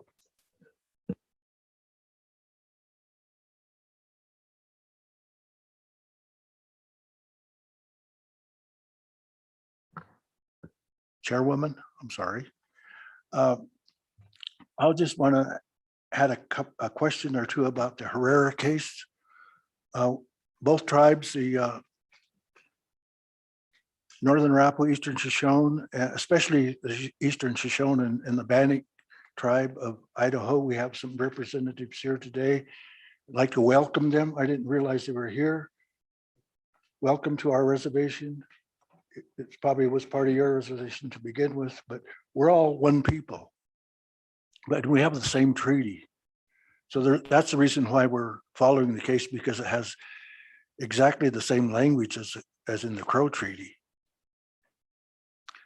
The question I have is the decision in the state court is based upon a conservation exception, correct? Ms. Solai. Madam Chair, thank you. Chairman St. Clair, the decision that was issued in the state circuit court that's currently being appealed is that occupation and conservation necessity were previously answered by the Repsis case. So it does address both of those issues, but not after a new evidentiary hearing in the current case. Chairman Sinclair. So if these decisions were upheld, the implication would be still limited to that exception, correct? What I mean is the area has to be designated as there has to be a conservation designation to protect the game in that area. Is that designated? Is there a specific area that this decision affects? Is it just in the area where the Herrera was hunting, or is it going to be across the board? Ms. Solai? Madam Chair, thank you, Chairman St. Clair. If the circuit court, if the state circuit court decision stands as it is, its impact would be limited to members of the Crow tribe hunting elk in the Bighorn National Forest. To my knowledge and understanding, it would not impact the treaty rights of the Eastern Shoshone or the Shoshone-Bannock. Follow up, Chairman Sinclair? Thank you very much. Okay, and I do want to acknowledge, we do have members of leadership from the Shoshone-Bannock tribe. And so when we're done with this portion, our next agenda item occurs at 10:45. It'd be nice to have a 5-minute bathroom break, but I think we'd welcome any comments you'd like to make. And thank you for traveling all the way to be with us today. It's good to see you again. I know your faces, some of your faces look familiar without the masks. You've attended previous meetings where we've discussed the Herrera issue before. And so again, thank you. We remember. Mr. Co-Chairman? Madam Chairman, I'd just like to recognize and welcome Councilman St. Clair for joining us. We appreciate it when she's with us as well. Awesome. Alrighty, further questions for our tribal liaisons or the governor's office? Thanks for being with us. With that, we'll move into public comment. Just so I get a sense, how many folks in the room would like to offer some comments on this part of our hearing? This is where they join us. Okay, yep, we'd like to hear from members from the Shoshone-Bannock tribe. Welcome. Just as a matter of our process, all questions go through the chairperson. And then when you speak, just recognize yourself or introduce yourself. And again, just welcome.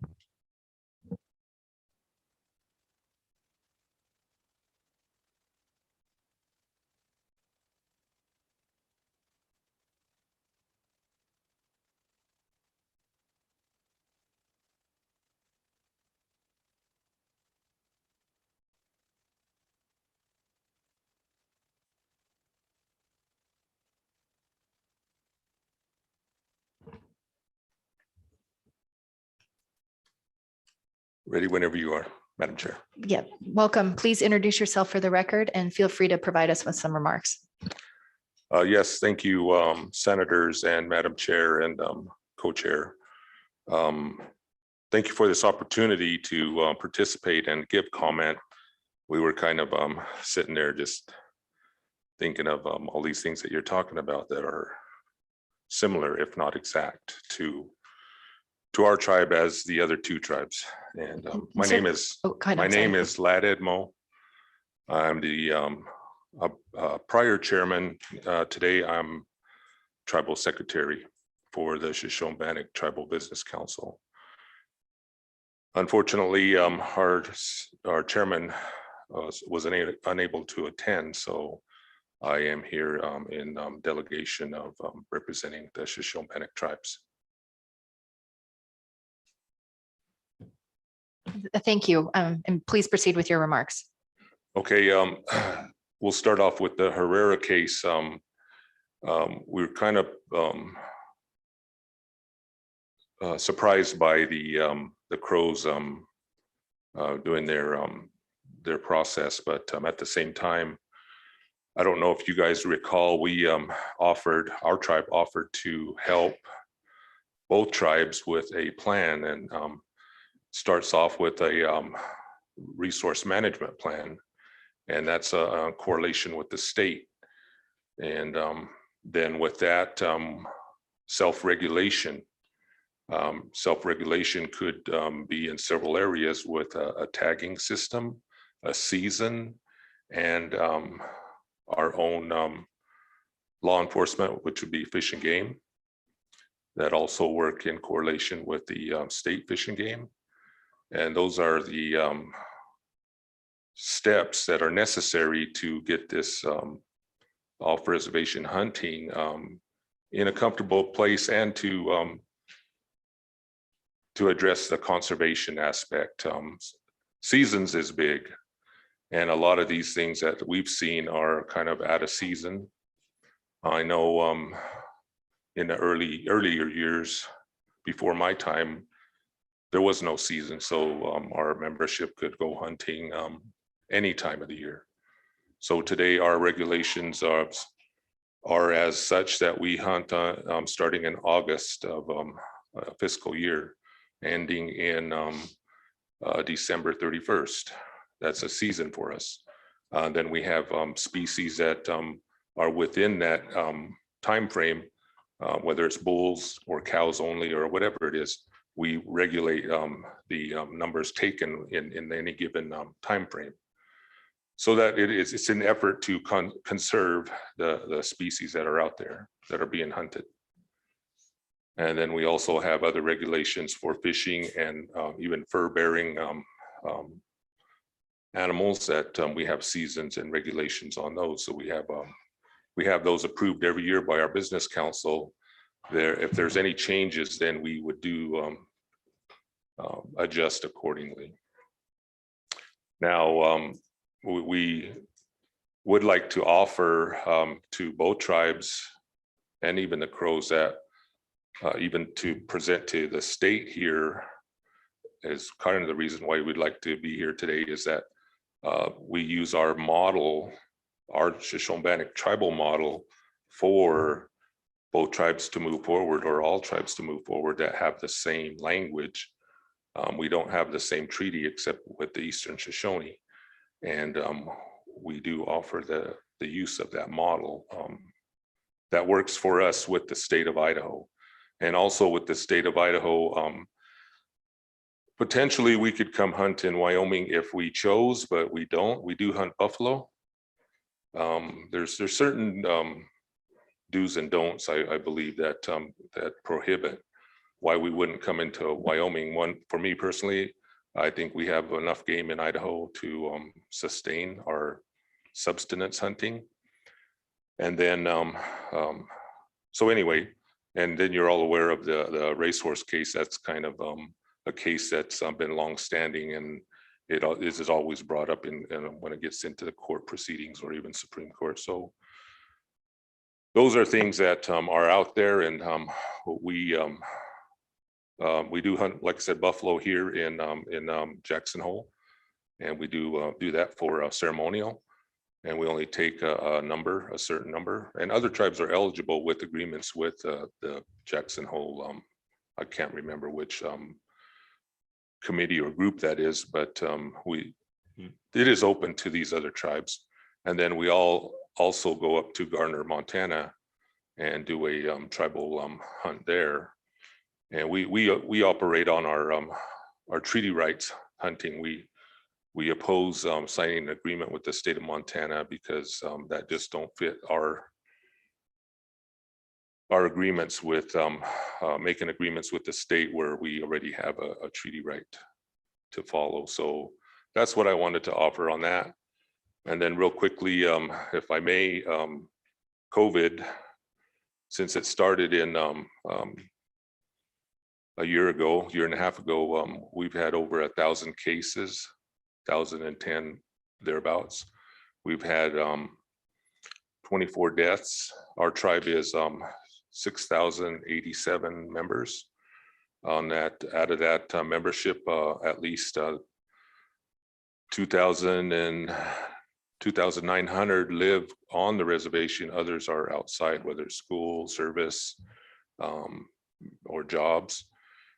And then with that, we do practice everything that's what the science says as far as the CDC guidelines. So we have all those in place. We had the incentives, and ours was similar, where we had, for vaccinations, we want to give $100 for each vaccinated individual.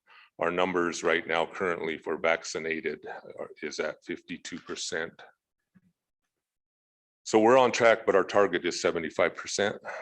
And then for testing, we did have an incentive for tribal members that when they did test, they had a $20 gift card to our tribal enterprise locations, just to get them out there and tested. And so it was working well. And then when we stopped doing that, then our testing went down. So we're in the process of rejuvenating that area too. And I don't know if I left anything out. Sorry, I rely, and we all say we all rely on our staff, and they're the knowledgeable ones. All I do is just carry the message and put the words to use. Open to any questions if there's any. Councilman Edmo, thank you for your comments. Co-Chairman Larson.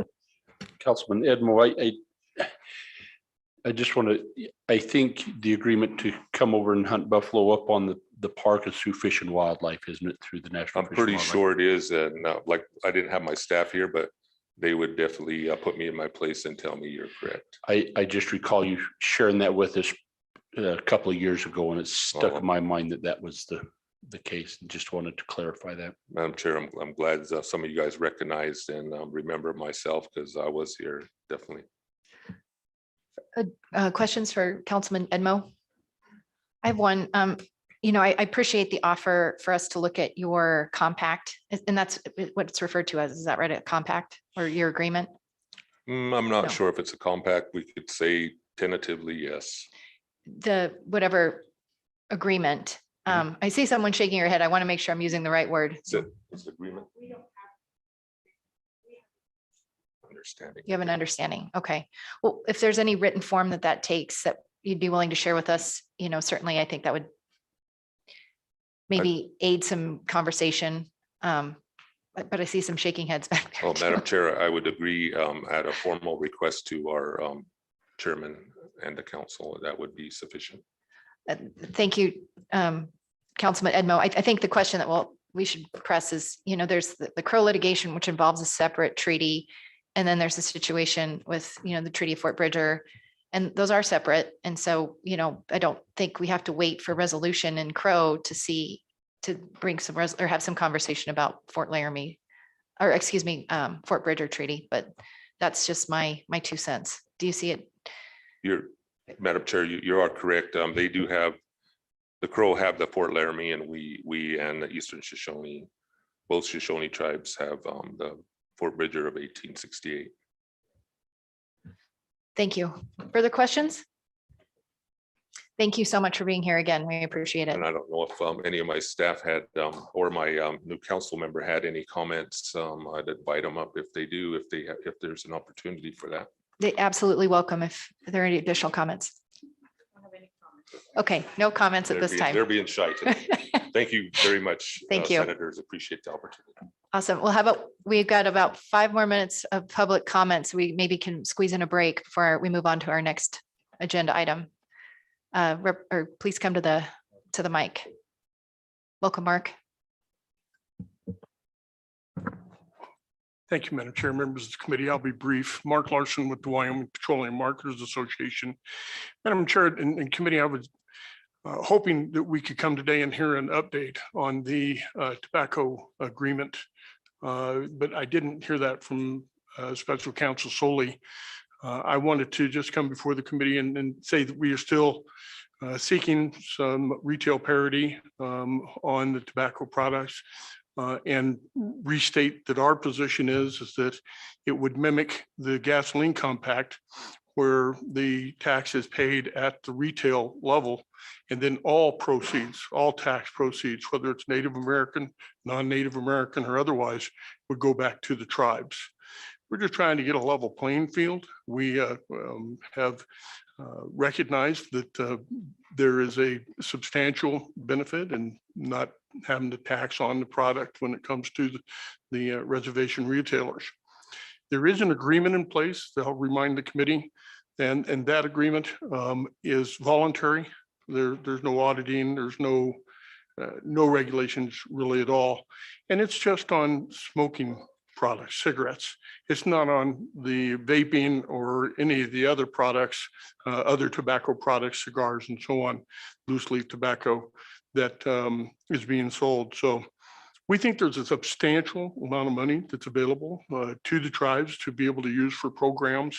And again, if we get to, if the tribes are able to get to an agreement with the state, all of those proceeds will go back to the tribes and we don't want to pillage the market. We're just looking for a level playing field, and was asking Madam Chair if the committee might be able to update us on where that is in the process.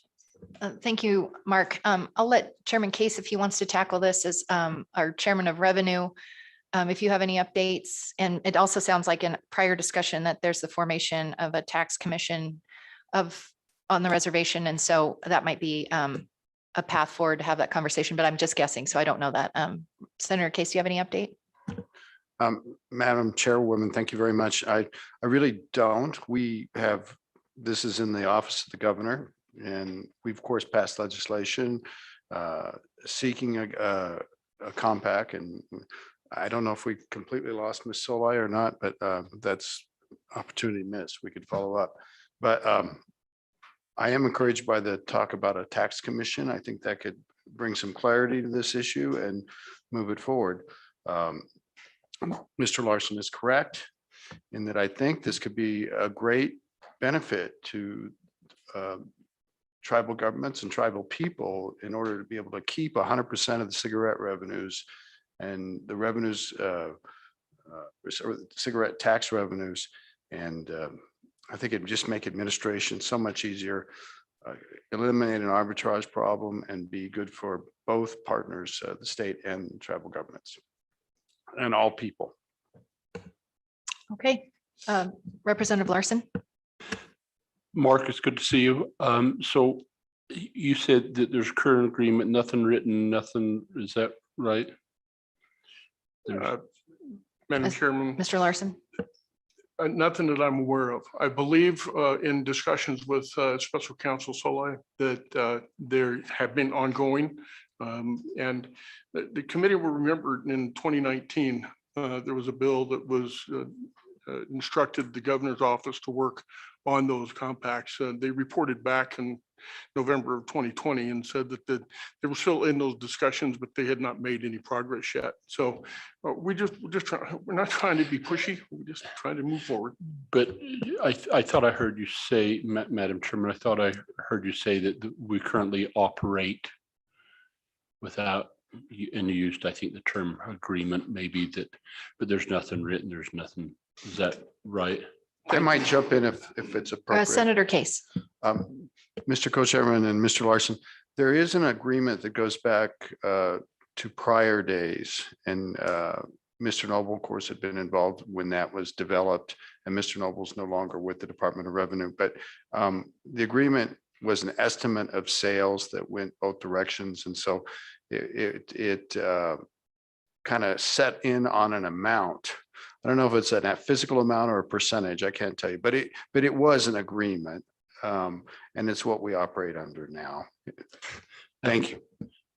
Representative Larson. I'm almost wondering if that's not what our Bannock friends tell us is maybe not an agreement, but it was an understanding. Is that, I don't know. It sounds like it's pretty ambiguous, I think, Representative. Well, Representative Clifford. Thank you, Madam Chairwoman. I would like to hear the tribe stance on tax during this discussion and see if they have anything to say. I don't see Chairman St. Clair, but I don't want to put anybody on the spot here who's in the room, but I want to hear from the tribes. Along those lines, maybe even the tribal liaisons. I know we have at least one still in the office. So this has been on your to-do list. I'd be curious to know that as well. So I'll step back. Thank you, Madam sounds Chair. good. Thank you, committee. You know, Mr. Tendor, feel free to come back and let us know if you have an update, and then certainly any council members from either tribe, if you'd like to respond, you know, we'd welcome your thoughts.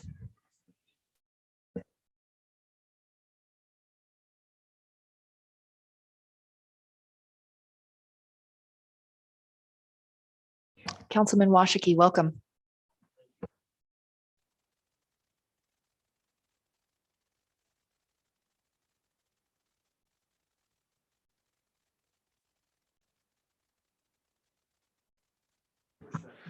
We have recently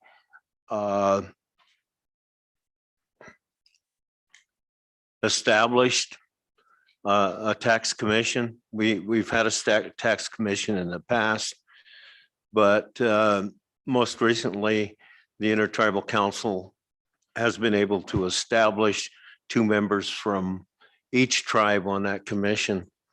And they're taking a look at the taxes. I understand the tobacco tax that we've been talking about. It's something that's been presented. I'm relatively new back to the council after being absent for 20 years, but we are right now doing another study on tax base. And I'm sure that our tax commission would be willing to sit down and discuss what we've been talking about here. I'm not in a position to do that. I have my own concerns about taxes, but I'm familiar with the older agreement. And most of that deals with gasoline tax and sales tax. Thank you. Any questions for Councilman Washakie? Thank you. And then just a request for our governor's office and to Lee, just to put this on your to-do list, and we'll just keep checking in to make sure we are up to speed. Senator Case. Well, Thank you. Thank you, Councilman Washakie. Thank you very much.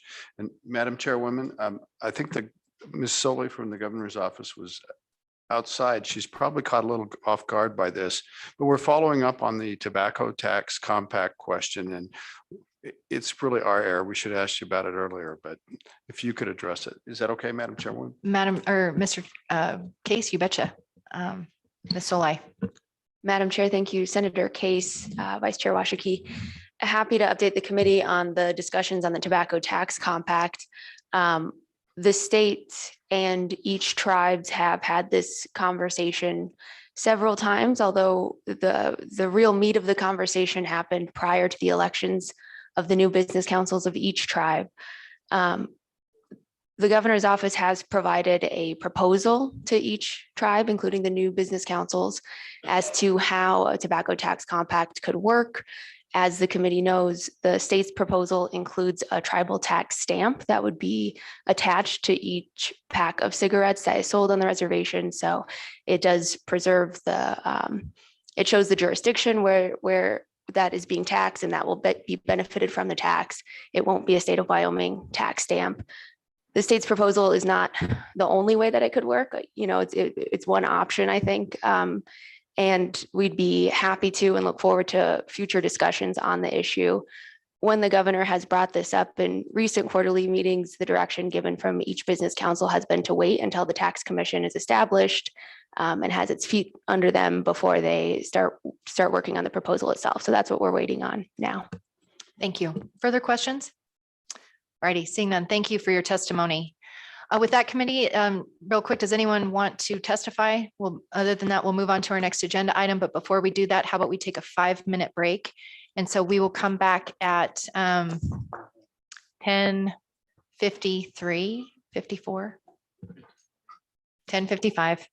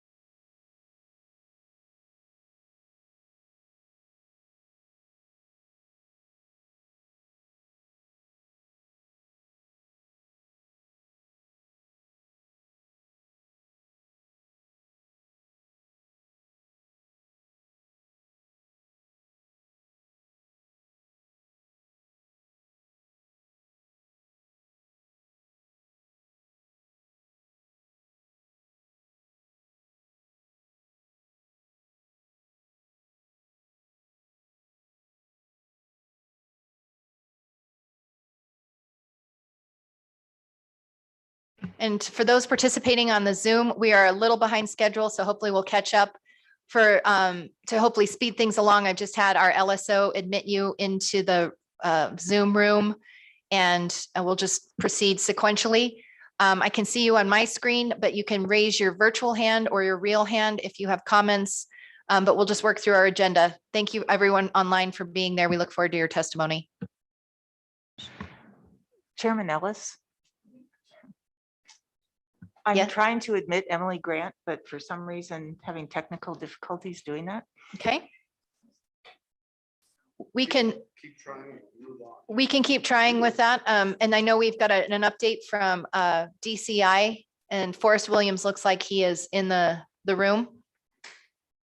Oh, and there's Emily. But so Emily, I see you there. If you're capable and have a connection, welcome. And please introduce yourself for our record.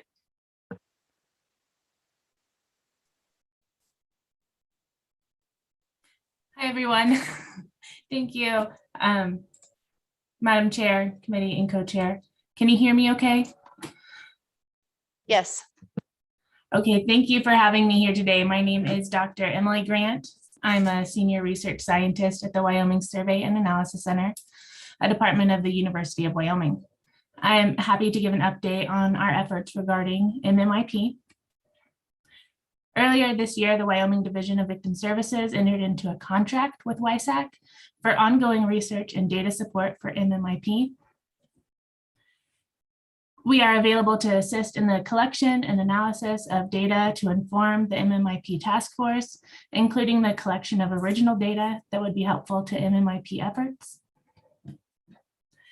Initial goals of the project are to update the 2020 and 2021 numbers for missing and murdered Indigenous persons as were displayed in the report that we released in January of this year. And also to connect vital records data on homicides with court data to learn about the characteristics of persons charged in relation to the homicide. In terms of progress on these goals, we have requested and received data on homicides and missing persons. We will be analyzing that data and presenting it to the task force in the upcoming quarter. And we're currently exploring avenues to connect the data sources to learn more about offenders and people who are charged in these homicide cases. We're also participating on the national level in the Presidential Task Force on Missing and Murdered American Indians and Alaska Natives, including virtual trainings and networking with other state task forces.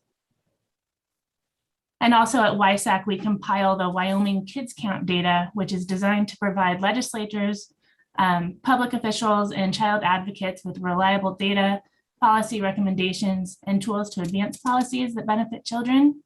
And we would like to work with the tribes to identify data relevant to tribal families, women, and children to include. The next iteration of the work will be released in 2022. So WISAC will continue to provide the data and research support as the needs arise, and are happy to discuss with interested parties on how our services can be of assistance in this very important matter. And I'm happy to answer any questions that someone may have. Questions for Dr. Grant? Dr. Grant, thank you. Thank you for being here today. Can you put a finer point on which states, task forces you've been working with?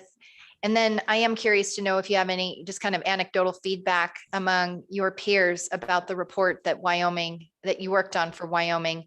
I thought the findings were really important and unique. I hadn't seen any other state look at media portrayals and put some numbers behind that. And so I'm just kind of curious what you've heard as far as feedback on that report among your colleagues.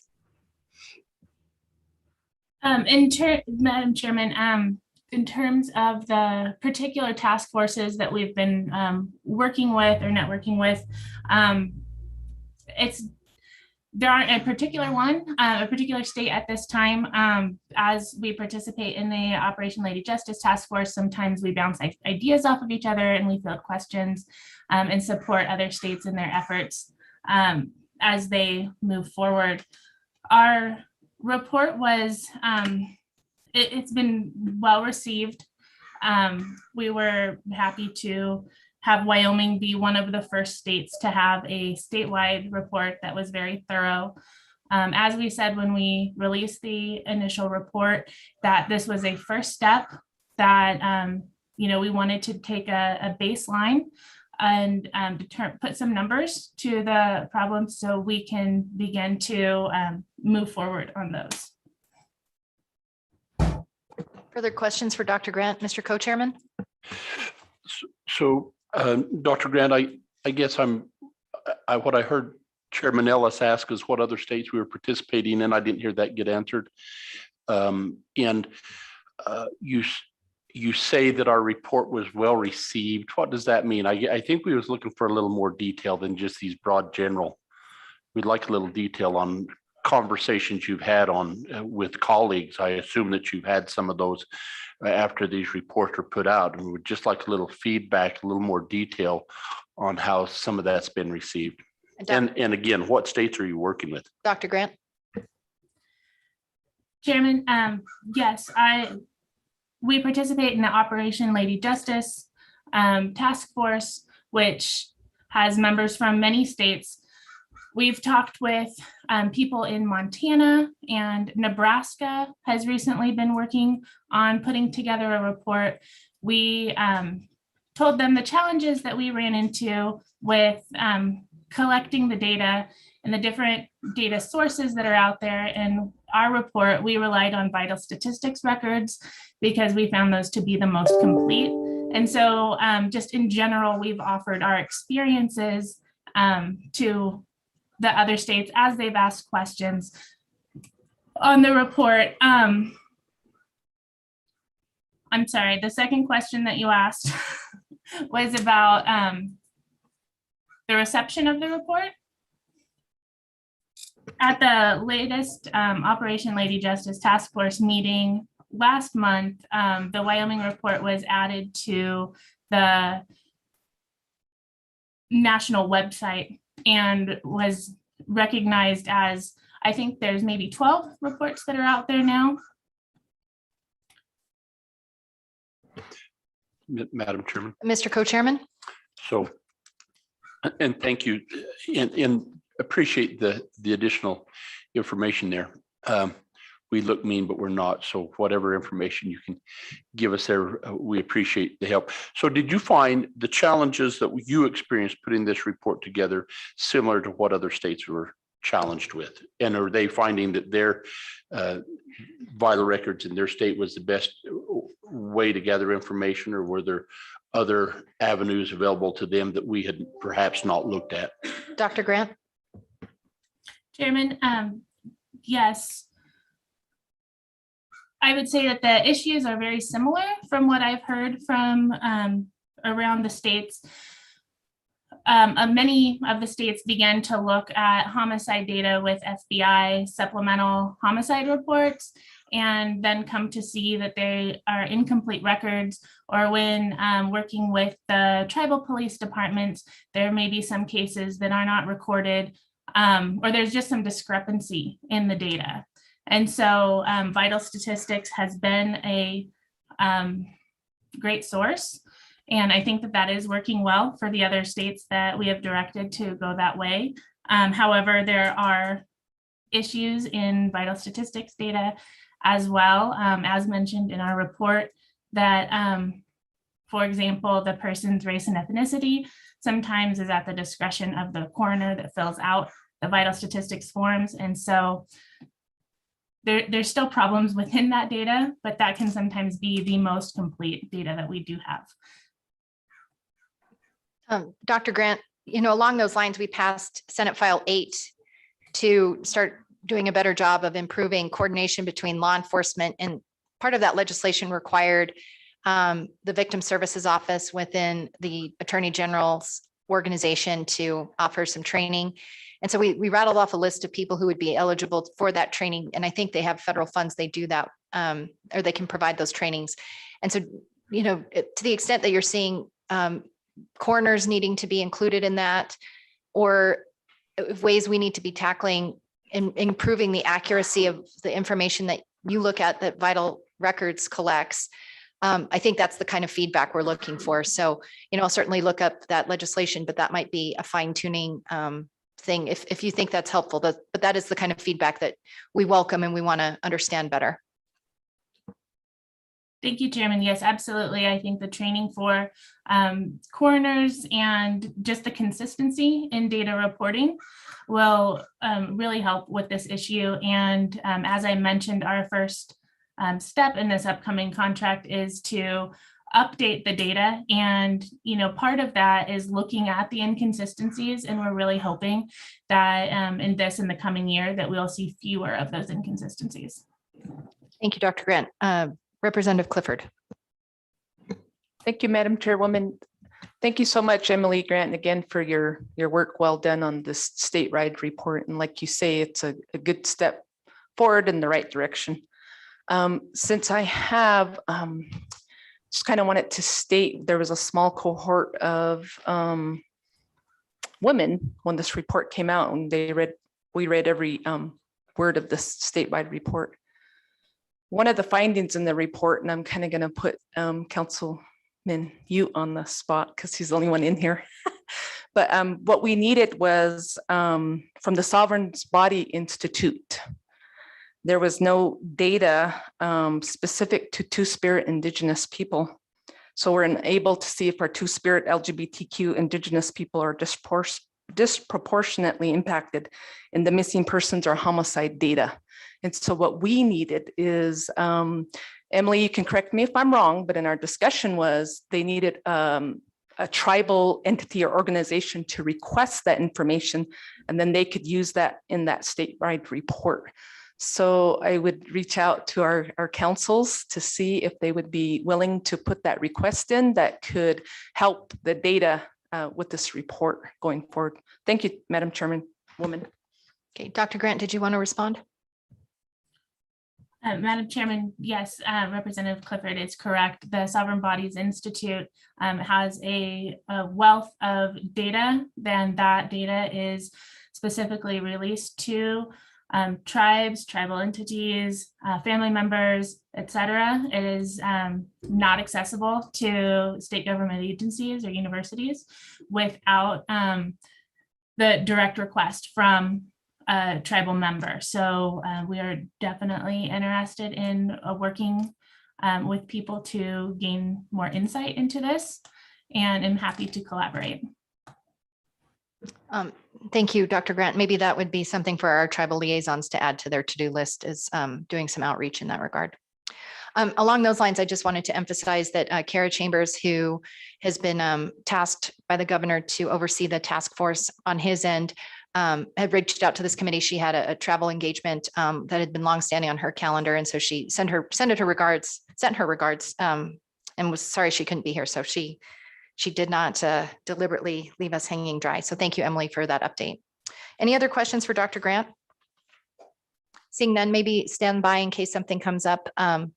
Thank you for your testimony today, but we'll move on to Forrest Williams, who's the interim director of the Division of Criminal Investigations. And I believe he's also participating on the Zoom.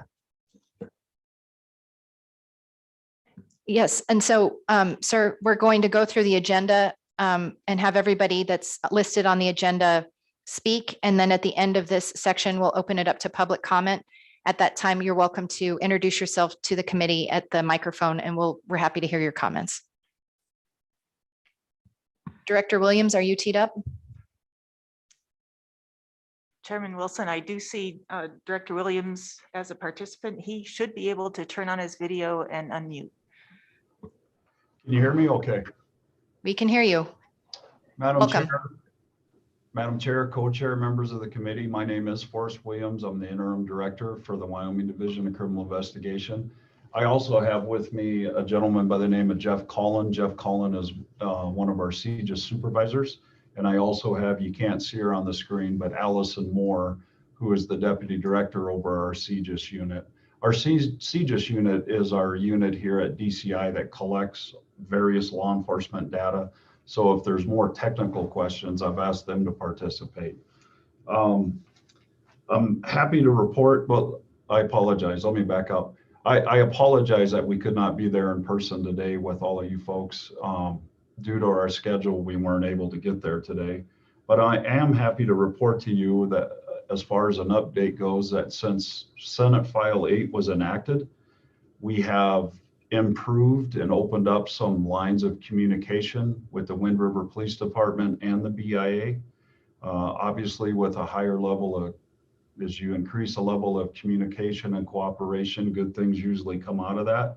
We are now receiving the BIA and the Wind River Police Department's UCR report. This is their uniform crime report. That was something that in the past we were never able to obtain, and we are posting their crime report on our website. They send this information to their regional office, to the regional BIA office in Billings, Montana, and then from there it also gets reported to the FBI. In addition to that, when it comes to missing persons specific to the reservation, the BIA and the Wind River Police Department, just like all other law enforcement agencies in the state, both local and state, they send that information to us here at DCI. We receive it in our control terminal unit. One thing I want people to understand is our control terminal unit is no longer manned 24/7. Several years ago, due to budget reasons, we had to take our control terminal unit, and it's only manned now Monday through Friday from 8 to 5. So when people do report through NCIC missing persons, if information comes in outside of the hours of 8 to 5, Monday through Friday, there is a lag time before we can report that in our clearinghouse database. Every year we publish our annual missing person clearinghouse report, which is, we produce that report. We also publish that on our website. And in accordance with Senate File 8, we also share that with Director Kara Chambers at the Division of Victim Services. Also in accordance with Senate File 8, we receive an annual Amber Alert report. Amber Alert reports used to be something that were handled by DCI. However, when our control terminal went from 24/7 to 8 to 5 Monday through Friday, that was switched over to the Wyoming Highway Patrol. But we do receive the Amber Alert report from them every year, and that's also put on our website. We're happy to answer any questions any of you might have, so I'll turn it back to the committee. Thank you, Director Williams. Questions from committee members? Representative Clifford. Thank you, Madam Chairwoman. Thank you, Mr. Williams. I think I got your name right. I apologize. So I have a question with the Wyoming DCI Uniform Crime Reports. In the statewide report, there was racial information available prior to 2011, but not available since then. And since you're improving, and that was in the report, since you're improving that data collection, are you able to go back and gather that since 2011? Director? Madam Chair, yes, we could go back and gather that data. Follow-up questions?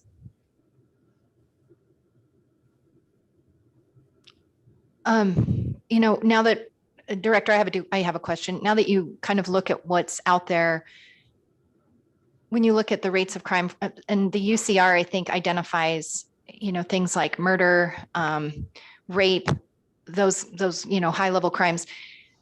Do you have a sense of, how the data you collect from the Wind River Agency compares to the rest of the state?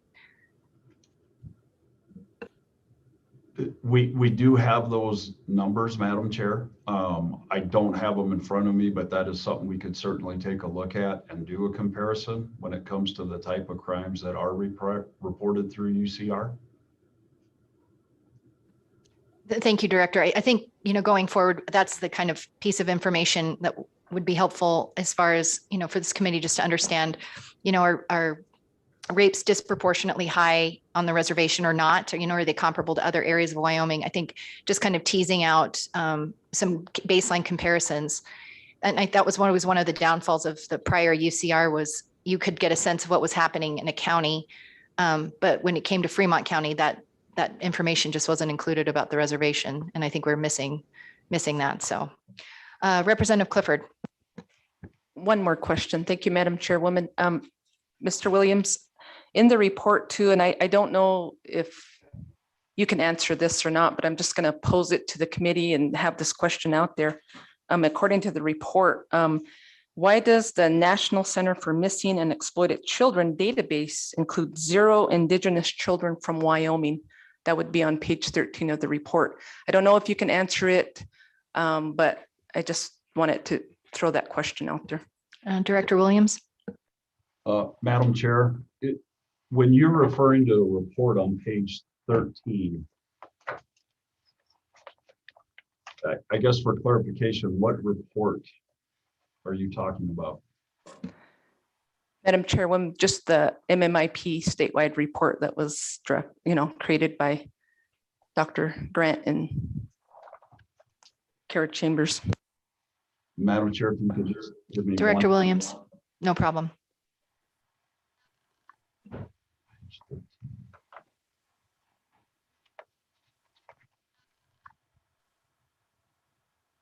So, Madam Chair, when we look at the report that we publish, which is the 2020 Missing Person Clearinghouse Annual Report, I mean, we report for juveniles a total of 199 people under the I classification, which stands for Indian, Indigenous. And in the report you're referring to,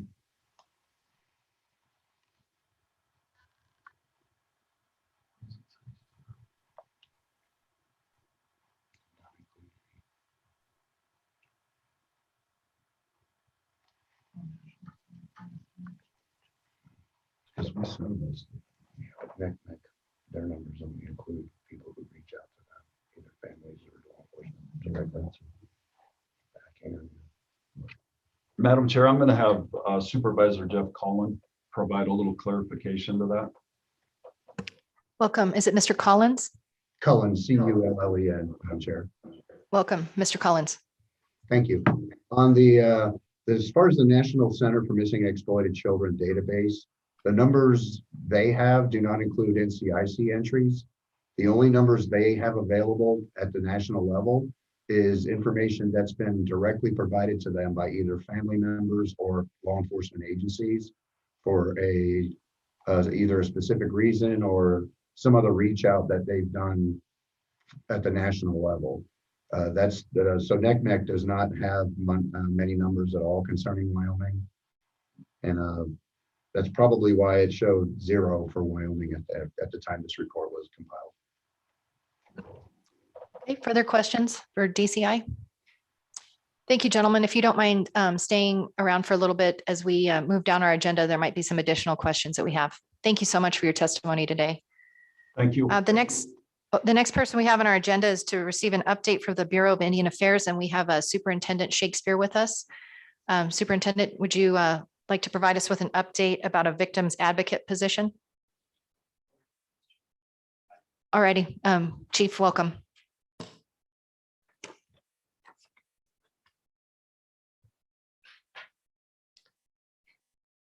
Welcome, Mr. Blackburn. Thank you. Thank you, Madam Chairwoman, Co-Chair and Committee. And just for the record, just identify yourself and your position. Sure. My name is Eric Blackburn. I am the Chief of Police for the Wind River Agency with the Bureau of Indian Affairs. We're based out of Fort Washakie, Wyoming, and we are tasked with providing law enforcement services for the entire Wind River Reservation. The most recent update for the victim witness or the victim specialist position that was advertised between June 10th and June 24th. That individual has been interviewed and selected. I don't know how many applications there were for the position, but they were selected. And that selection was given to our Human Resource Office to start the hiring process. they'll reach out to whoever that person is, give them a tentative offer, and then they'll go through their background check and all the other necessary steps for employment with the government, which is very long. By way of background, I believe the missing murdered Indigenous person report produced by YSAC, that was one of the recommendations, was to create or have a victims advocate specialist. And this is a great outgrowth of that recommendation. Is that fair to say? Correct, yes. I also have another update that I was given. There is a term victim specialist that they're going to be advertising in this area as well. It is a short-term position, I guess, based on a grant for 1 year. They have the option of requesting more funding in the future. And then that additional funding will just be contingent upon congressional funding in the future. So it could be up to 4 years, I believe. Great. Follow-up questions? Mr. Co-Chairman? Chief Blackburn, could you just explain to us what that position is and what it does and how it ties into? So the victim it'll advocate? be the same as the full-time position. It'll just be from a year-to-year basis, depending on funding. So we'll have basically 2 full-time victim specialists assigned to the reservation, along with the FBI victim specialists that are already there. There's 2 in Lander right now. Thank you for that update. You bet. We also have you on our agenda just to provide a general overview of what's going on with your agency. So feel free to broadly offer some remarks about your work and what you've been doing since you've taken over as being the new chief. I was asked to give Operation Lady Justice update. Is that Yes. okay? So we do have, I'm sure you guys all know the executive order in 2019 that was issued by the former president. The BIA has created an MMU unit. The unit chief over that unit is Marcelino Torbans. He's based out of Albuquerque, New Mexico. There's 2 regional agents in charge with the Bureau of Indian Affairs. And there's currently 10 special agents placed around the country for that unit. We do have 2 agents with the MMU unit in Billings, Montana. And we are working with one of them pretty closely right now, looking for a missing 14-year-old girl that we have who's in Denver, Colorado. We're also working with Denver Police and the United States Marshal Service Missing Children's Unit. They're assisting us with that as well. I took over as chief in beginning of May of this year. I transferred up here from the Uinta and RA agency reservation. Stepped down from a chief of police position there to take a special agent position here. And then here recently, our former chief of police, Tony Larby, retired, and I took over for him at the beginning of May. I'm doing fairly well with staff. I've got 6 police officers in the hiring process right now. 1 awaiting a start date from our HR department. 1 coming on in October. I just sent up 2 selections for lieutenant, replacement lieutenant positions that I have. So we're looking fairly well for staff wise, which is kind of unheard of in the BIA. We're pretty fortunate. Do you have any sense, Chief, why that might be? You know what? I don't. I think it's more of a desirable place to be here. But I've had one issue we're running into is qualified Native Americans applying for positions. My last cert list for both police officers and lieutenants was non-Native veterans, and that's great. We'll take anyone who's willing to come and work. But I don't know why Natives aren't wanting to come into law enforcement. I can't answer that question. I'd say probably 1/3 of my staff are veteran hires, which is they're hard workers, and the only problem with them is they're not from here, and they usually just use it as a stepping stone, so they don't plan on staying long. But I anticipate the people that we have here now staying for a while. I think they're all enjoying what they're doing. Please proceed if you had additional updates or comments. I don't believe I have anything further. Okay, questions for the chief? Representative Larson? Madam, maybe you please indulge. I'd just like to extend my appreciation to Chief Blackburn as he's taken over and to Superintendent Shakespeare. I think they were just really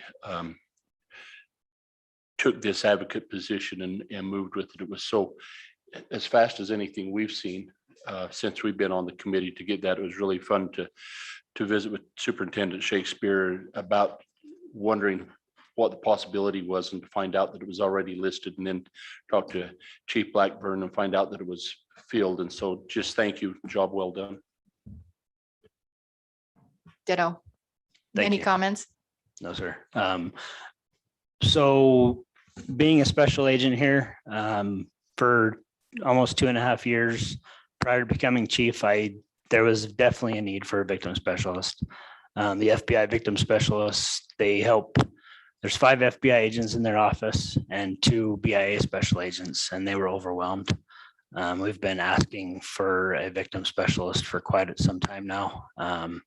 We did have the Eastern Shoshone victims advocates helping us out, but they're just they're not able to offer the same services that a victim specialist is able to do. So we're extremely grateful for the new positions we're getting. So that will be extremely helpful.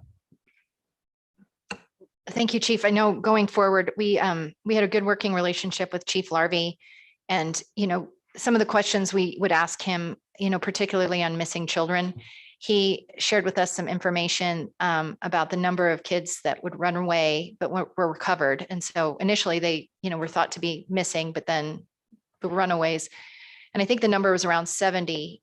But then if you looked at the actual number, it was about 30 kids that were running away multiple times. And I think the vast majority of those kids were involved with family service programs.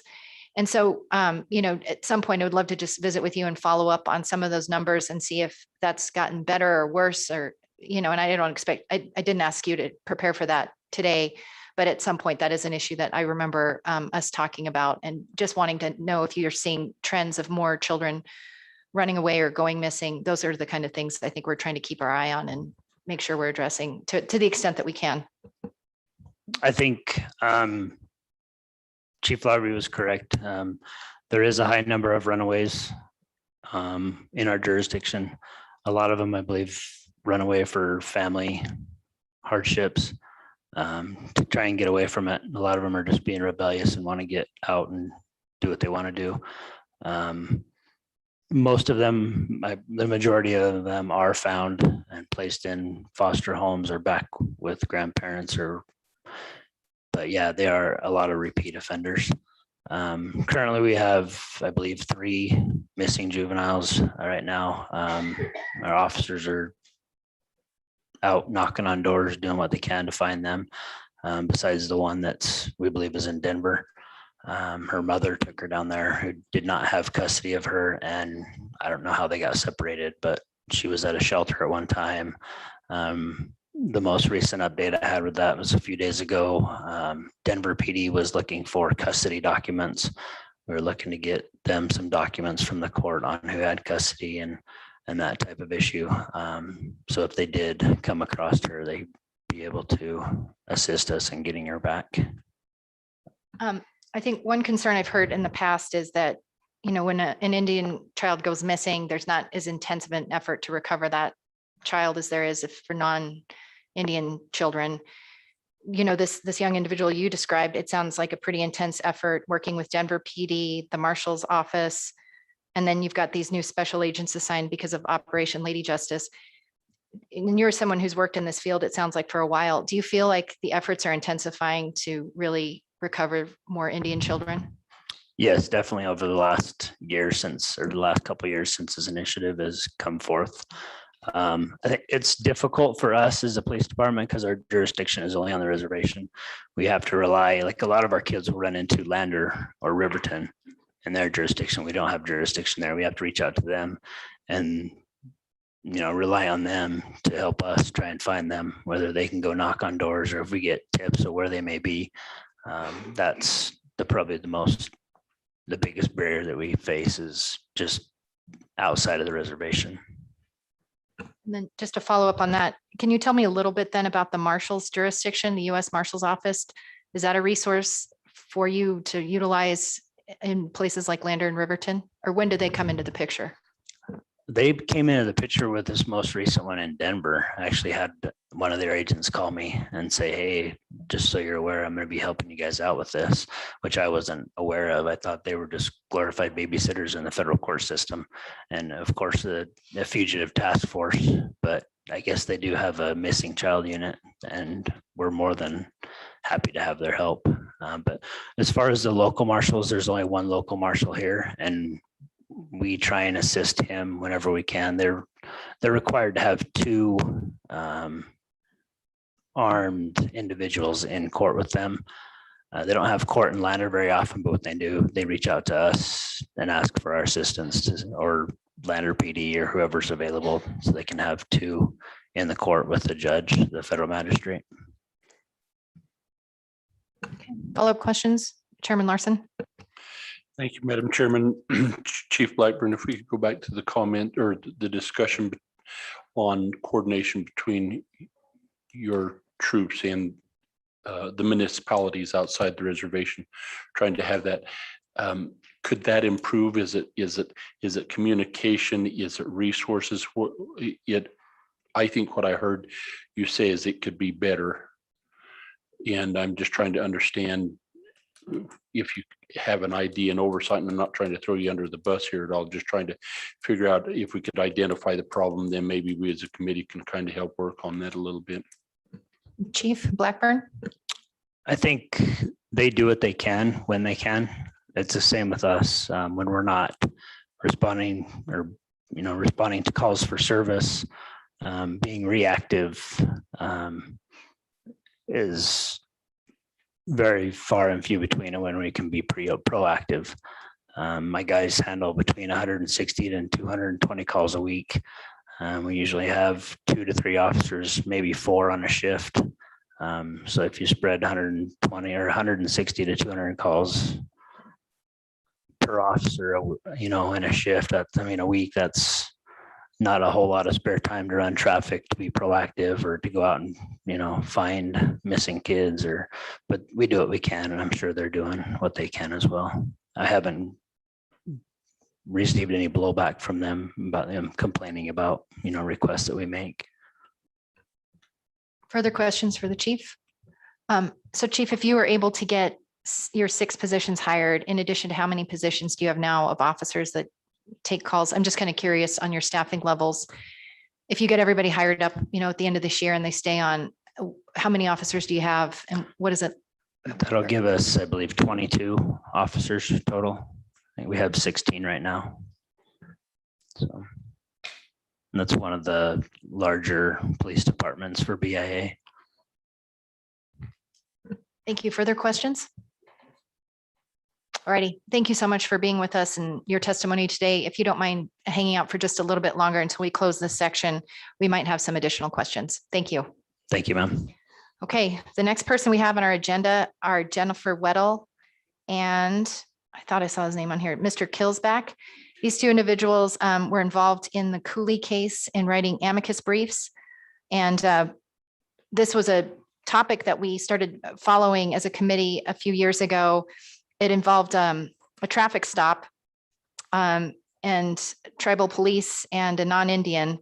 And I think we were all kind of curious what kind of ramifications this case might have as far as jurisdiction. And so we thought it would be helpful to get some Indian law experts who worked on that case to explain what the fact scenario was, what the procedural history was in the courts, and then, what the Supreme Court said and what that kind of means. I know they've been paying attention to our discussion this morning about crime and jurisdiction. So with that, they should be participating over the Zoom. Hopefully we've got them on board. So go ahead and turn on your cameras, unmute yourself and introduce yourselves for the record. Good morning. My name is Dion Killsback, and I am a sole practitioner from the Northern Cheyenne Tribe. I also serve as a public defender for the Wind River Intertribal Court there in Fort Washakie. And I practice law throughout the Indian country. And I've been practicing for almost 20 years. And I've worked with my good friend and colleague, and I'll let her introduce herself next. Good afternoon, members of the committee. My name is Jennifer Weddle. I am a Northern Cheyenne attorney, and I practice law here in Denver, Colorado, where I co-chair the Greenberg Traurig American Indian Law Practice Group. I was counsel of record for the Crow tribe at the cert stage in the Cooley case, and for several hundred tribal governments on the merits in the Cooley case on the lead tribal government's amici brief. I'm also past president of the National Native American Bar Association and past chair of the Federal Bar Association Indian Law Section. In addition, I'm currently the 10th Circuit representative to the ABA Standing Committee on the Federal Judiciary. And in that vein, I talk to federal judges about Indian law issues nearly every day. And importantly, I think for some perspective on this case, I've participated for the last 20 years in the National Congress of American Indians Supreme Court project, meaning that I've been involved in some form or fashion in every case that's been before the US Supreme Court in those past 2 decades, including importantly here, Cooley, where we had that lead tribal amicus role that Mr. Kilsback referred to. Fundamentally, the Cooley case is a case about tribal investigative authority. It's not about prosecutorial authority. It's not about criminal or civil jurisdiction. It's purely about investigative authority. The case arose out of some very clear facts. In February 2016, Officer James Saylor, who was nominally employed by the Crow tribe, encountered a non-native individual parked on the side of the road along US Highway 212, which is the main east-southeast transportation corridor across the Crow and Northern Cheyenne reservations. Officer Saylor was the lone officer patrolling the Crow Reservation at that time. The Crow Reservation is served by BIA OJS, just like Wind River is. But at that time, there were only 4 BIA OJS officers serving the Crow Reservation, comparatively much fewer, 4 officers serving a reservation roughly the size of the state of Delaware. In order to try to increase resources, the Crow tribe took advantage at that time of a program operated by the Office of Highway Safety, where they received a grant that paid the salary for 1 additional officer, taking their total complement of officers from 4 to 5. So Officer Saylor was at all times a federal officer wearing a federal uniform with a federal badge, driving a federal vehicle with federal training, communicating on a federal radio, but he happened to receive his paycheck from the Crow tribe by virtue of this highway safety grant. He encountered Joshua James Cooley at about 1 a.m. in the morning, pulled off on the side of the rural road, completely dark, many miles away from cell or radio coverage. Officer Saylor was very much alone. He pulled over to do a welfare check on the vehicle. Mr. Cooley rolled down the window with very bloodshot eyes, shallow breathing, and offered nonsensical explanations for what he was doing there in the middle of the night, indicating that he was buying a vehicle from an individual, either a probation officer or a drug dealer, based on the names known to the officer. Mr. Cooley also had in the vehicle an unrestrained toddler, visible loaded firearms on the passenger side of the vehicle, and when asked for ID, began pulling out large amounts of cash from his pockets and depositing them onto the dashboard. Officer Saylor described that Mr. Cooley had a 1,000-yard stare, seemed to be reacting in a way that was negative. The officer feared for his safety and that of the child in the vehicle and took steps to restrain Mr. Cooley. and call in for federal and Bighorn County officials to make the arrest. Ultimately, he recovered a significant amount of methamphetamine. Thereafter, the U.S. Attorney's Office prosecuted Mr. Cooley for those drug offenses, and the district court judge in Montana excluded evidence of the drugs obtained by Officer Saylor on grounds that he was a tribal officer and the Crow tribe was without criminal jurisdiction over him pursuant to the U.S. Supreme Court's 1978 decision in Oliphant versus Suquamish tribe. The U.S. Attorney's Office appealed that decision to the Ninth Circuit Court of Appeals, where a panel concluded that the judge was correct in excluding that evidence and announced a new rule overturning 40-year-old Ninth Circuit precedent and finding that tribal officers were without investigative authority over non-Indians, that alone among law enforcement officers in the United States, tribal officers were not bound by the reasonable suspicion standard articulated by the U.S. Supreme Court in the United States versus Terry case in 1968, and instead only had investigative authority over non-Indians if it was apparent or obvious that a violation of state or federal law was ongoing in the encounter. There was a vigorous dissent from the denial of en banc review in that case by Judges Collins, Bay, Bennett, and Bress. And that dissent, I think, quite rightly got the attention of the U.S. Supreme Court. Those dissenting judges made the point that the standard articulated by the panel, that apparent or obvious standard, was impracticable and endangered the lives of the hundreds of thousands of Native Americans who live on Indian reservations within the Ninth Circuit. The U.S. Supreme Court granted certiorari in that case and heard arguments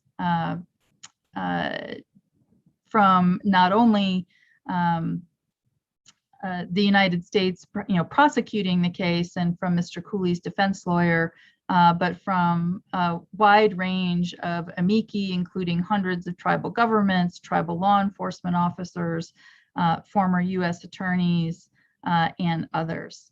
And before we get into the court's ruling, I want to defer to Mr. Kilsback to give a little more color on what was happening boots on the ground and what those BIA, OJS, and Crow law enforcement officers were facing at that time. Thank you, Madam Chairwoman. As lead counsel for the Crow tribe at the time, the situation, as my colleague indicated earlier, was much different than the situation at Wind River. The law enforcement officers for the Office of Justice Services from the Bureau of Indian Affairs cover well over 2 million acres, and very isolated, very rugged territory is what the Crow Reservation is. In addition, the Crow Tribal Court was faced with not prosecuting a single drug dealer in nearly 2 years, and numerous declinations, and obviously dealing with what is now the missing and murdered Indigenous women and people coming to a head. We were dealing with what many would consider elders in the community letting drug dealers, meth users, meth addicts enter into their homes willingly, meaning that elders were making decisions to say, don't break my door down. I need my door to work. I'm going to open the door for you. Come on in. Take what you want. You want to take the big screen TV? Fine. You want to take the laptop? Fine. Just don't break my door, because it's wintertime and we need a door to work. We need to be able to keep our house warm. That's the type of situation that was going on in the Crow Indian Reservation. And for the large part, it hasn't changed. And it's still that situation now. And when Officer Saylor, as a Office of Highway Safety, and I want to give credit to the current superintendent there at the Wind River Agency right now, Leslie Shakespeare. He's a former law enforcement officer, former member of the Shoshone Business Council, and he knows very well the situation. at Crow because it's very similar to what he was dealing with years ago while he was a law enforcement officer on the Wind River Indian Reservation.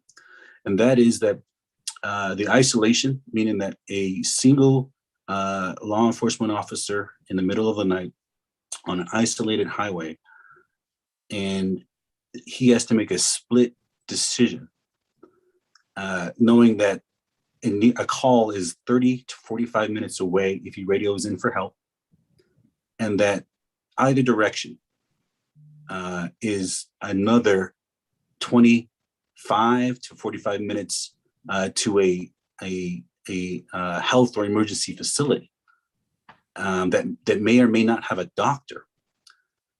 And he's dealing with a vehicle with an individual that is suspicious, clearly incoherent, and clearly brandishing weapons and contraband. And not having the ability to call for backup, and knowing that there is someone on the other line, a dispatcher, but then also that the other law enforcement agencies, whether it's Bighorn County, Rosebud County, are another hour away, possibly, and that they would have to run questions of whether or not they can assist through their county attorney due to the jurisdictional mazes that law enforcement officers in Indian country have to navigate themselves. These law enforcement officers go through a rigorous training in Artesia, New Mexico, but it's complicated for attorneys for them to figure this out. Meaning that as attorneys that have been practicing, sometimes attorneys get these jurisdictional questions wrong. And so this is the type of situation that is happening real time every day in Indian country. And Officer Saylor did the best he could, and he made the right call. And so this is the situation that officers on the Wind River Indian Reservation will also face, whether they're dealing with it on the northern end, on Thermopolis, or on the western end, at Crowheart.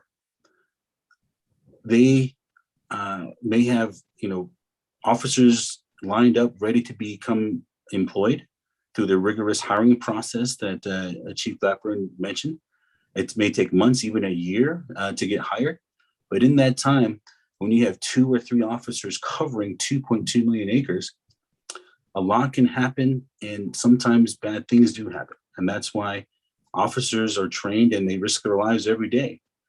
What we are highlighting here is the simple ability of law enforcement officers to engage in investigative authority to determine whether or not that person's a risk to the community. That's it. And that's a situation that was questioned, meaning that defense lawyers, defense attorneys will do anything and everything to represent their attorneys zealously in order to prevent their client from having to serve any jail time. And they make outlandish arguments. Some of them work, some of them don't. In this case, this defense argument could have had the potential of unwinding years of federal Indian case law and flying in the face of basic fundamental criminal law jurisprudence. And that's what the Supreme Court did in the Cooley case, is recognize the basic tenets of community safety and Fourth Amendment case law. So that's the situation that the law enforcement officers face. And what we're looking for is at the Wind River Indian Reservation, with the leadership of both the councils and the leadership from this committee, is to recognize that it's not isolated. It's not just in Montana. It's not just on the Crow Indian Reservation or the Northern Cheyenne. And that situation does exist on the Wind River Indian Reservation. And we would like to highlight that, but also provide some suggestions. And I'll turn the floor back over to Jennifer to start on that, and I'll add on to that as well. So thank you, Mr. Kilsback. We also thought that just some level setting on tribal jurisdiction might be helpful, especially given the earlier testimony before the committee on some of the issues around dumping enforcement. Within Indian country, The starting place is that tribes are sovereign nations who retain all the sovereignty they had as nation states at the time of the founding of the United States, unless and until Congress acts to limit that sovereignty in some way. That's the standard Indian law mantra of what hasn't been taken away remains. And as Indian lawyers, we're told to affirm that to ourselves 10 times a day in the mirror. What hasn't been taken away remains. What hasn't been taken away remains.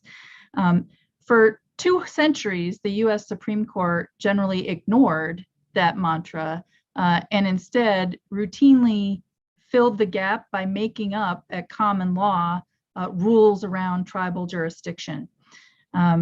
They took some cues from Congress in the 1885 Major Crimes Act, which set out a series of crimes, significant crimes, and vested the federal government with exclusive prosecutorial authority over those crimes. But from 1885 and following, tribes and states acted together to prosecute various offenses that occurred on Indian reservations. Until 1978, when in Oliphant versus Suquamish Tribe, then Justice Rehnquist found that criminal jurisdiction, prosecutorial authority by tribes over non-natives was inconsistent with the status of Indians as conquered people. He made a political classification judgment and announced this new rule. Oliphant was a case where 2 non-native individuals had been prosecuted by the Suquamish tribe for becoming intoxicated at their Chief Seattle Days celebration.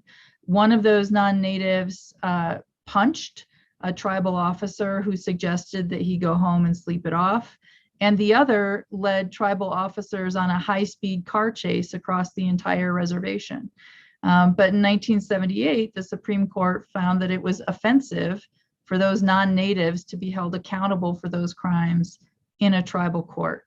And thereafter began a decades-long decline in public safety on Indian reservations, which has resulted in horrendous jurisdictional gaps and issues. And Dion will talk a little bit more about some of those practical implications in a second.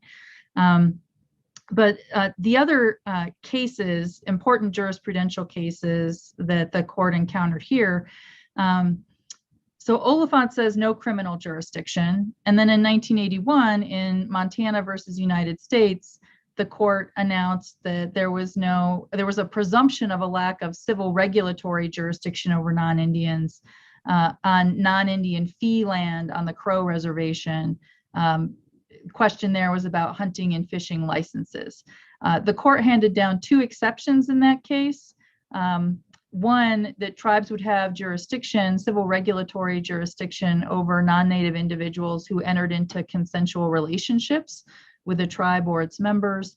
Or 2, non-Indians whose conduct threatens or has some direct effect on the political integrity, the economic security, or health and welfare of the tribe. Thereafter, in 1997, in a case called Strait versus A1 Contractors, the court held that a tribe's civil adjudicatory jurisdiction is no broader than its civil regulatory jurisdiction, and indicated that because the Mandan, Hidatsa, and Arikara Nation had not specifically retained tribal jurisdiction over a state highway running through the Fort Berthold Reservation, that the tribal court lacked attendant adjudicatory authority to rule on a tort case arising out of an on-reservation highway accident. So this has created what Dion referred to as the jurisdictional maze. And before we get into what the US Supreme Court did with that in Cooley, I wanted Dion to have a chance to talk a little bit more about what that jurisdictional maze means in the criminal jurisdiction context. Thank you, Jennifer, and Madam Speaker, Madam Chairwoman. Yeah, I know that you are all policymakers and lawmakers, and I don't want to bore you too much with the details, but it is complicated. And as I said, even attorneys at times get the jurisdictional issues wrong, and it's often difficult for judges to figure out as well. But in a practical sense, for the Wind River Indian Reservation, for example, non-Indians do own fee property within the reservation. However, if they dial 911, the call may be routed for ease or for convenience purposes to the local law enforcement, which would be Officer Blackburn, who is a BIA Office of Justice employee. However, because the non-Indian landowner on fee property within the reservation is a non-Indian, he would not have essentially jurisdiction to investigate or enter the property. Instead, he would need to contact either Lander or Riverton police or the sheriff in Fremont County, what have you, in order for them to investigate. So it makes it difficult for law enforcement to be effective. And the same is true if a tribal member, either Arapaho or Shoshone, is married to a non-Indian, and they live on the reservation, and the land status is fee. There has to be a analysis of what type of crime that is, and as Jennifer pointed out, if it's a big crime like a homicide or a aggravated assault or a rape, then do the federal agents come in? Is it the U.S. Marshals and Federal Bureau of Investigation, or is it the state? Again, those questions all depend heavily on the facts. Who are the individuals? Whether or not they are tribal members, whether or not they are non-Indian, and what is the status of the land? And to throw a twist into that, what about state right-of-ways? What's the status of that? And as Jennifer pointed out, the line, the A1 Strait, and in that case of line, obviously dealing with civil jurisdiction, plays a role. And so when we talk about these jurisdictional questions, and I know that Council or Secretary Ladd from the Shoshone-Bannock tribes talked about agreements or understandings earlier, and dealing with treaty rights and the ability to exercise hunting rights off the reservation. There's also cross-deputization agreements that can occur and can take place. That's, there's federal authority for that. But when it comes down to is the ability of the community, and that is the Wind River Indian Reservation, but also the surrounding non-Indian communities, and to maintain public safety. And the jurisdictional maze, unfortunately, hinders the most effective way of providing that. And there are some suggestions and some fixes that we can talk about. Unfortunately, the U.S. Supreme Court didn't make it easy. And those decisions, especially under the Rehnquist court, made it very difficult with that Duro and Oliphant line of cases.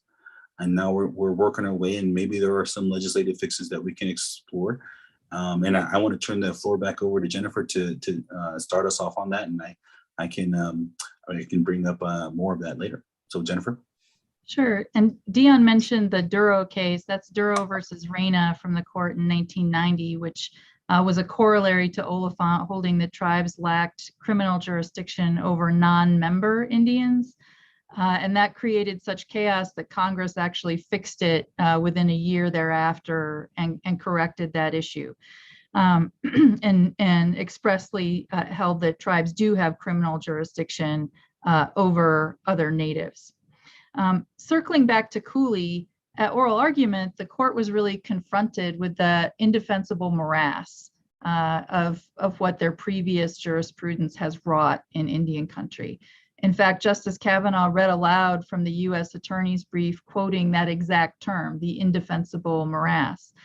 Justice Thomas asked hypothetical questions of Mr. Cooley's counsel about, well, what if Officer Saylor had encountered someone matching the exact description of a serial killer? Does he have to just let him go? And Cooley's counsel said, yes, you have to just let him go. Justice Alito asked about a hypothetical encounter of a drunk driver. Can you administer a breathalyzer, or do you have to just let him go? Again, Cooley's answer, let him go. And I think the court, just on a very human level, found that to be just intolerable. It can't be right that tribes have to tolerate violations of law and disruption of the public safety. And happily, the case resulted in a 9-0 victory for law enforcement interests, for public safety interests, a 9-0 victory for tribal interests, which has never happened at the US Supreme Court before. So it was a very happy event to get the very short, succinct opinion from Justice Breyer on June 1st. And he didn't parse out the court's previous jurisprudence. He didn't repudiate Oliphant, although I like to borrow from Star Wars quotes and say that it's my hope and belief that Cooley is the spark that lights the fire that burns Oliphant down. That hasn't happened yet. And indeed, Justice Alito had a very short 1-paragraph concurring opinion saying he's not prepared to go there yet. But on the whole, Justice Breyer referred to those previous precedents, Montana, Oliphant, Strait, and said, this isn't about that. This is really about investigative authority and about whether tribal officers are going to be held to the same Terry standard of reasonable suspicion as all other law enforcement officers in the country, and expressing concern about the practical consequences of the court's ruling. So that's where we are. Tribal officers have a role to play in our constitutional democracy, in our federalism, with their state and federal partners. And I congratulate the committee on all the good work you're doing here today, and all the tribal leaders in attendance on the very good work that you're doing. And the recommendations that Dion and I have to share are really, how could you come together, potentially working together on a government to government basis to further lift up these mutual law enforcement and public safety missions. So the first recommendation is that the Wyoming legislature could consider criminalizing the use of state right-of-ways that are used to facilitate a violation of tribal law. So for example, on the dumping cases, which would be civil violations under the Wind River Tribe's law and order codes, you could create a state crime if someone is using a state highway right-of-way in order to drive onto the reservation and illegally dump. You could expressly include in a statute that any use of that highway is in and of itself a consensual relationship with the tribe, giving the tribe regulatory jurisdiction over that non-native doing the dumping.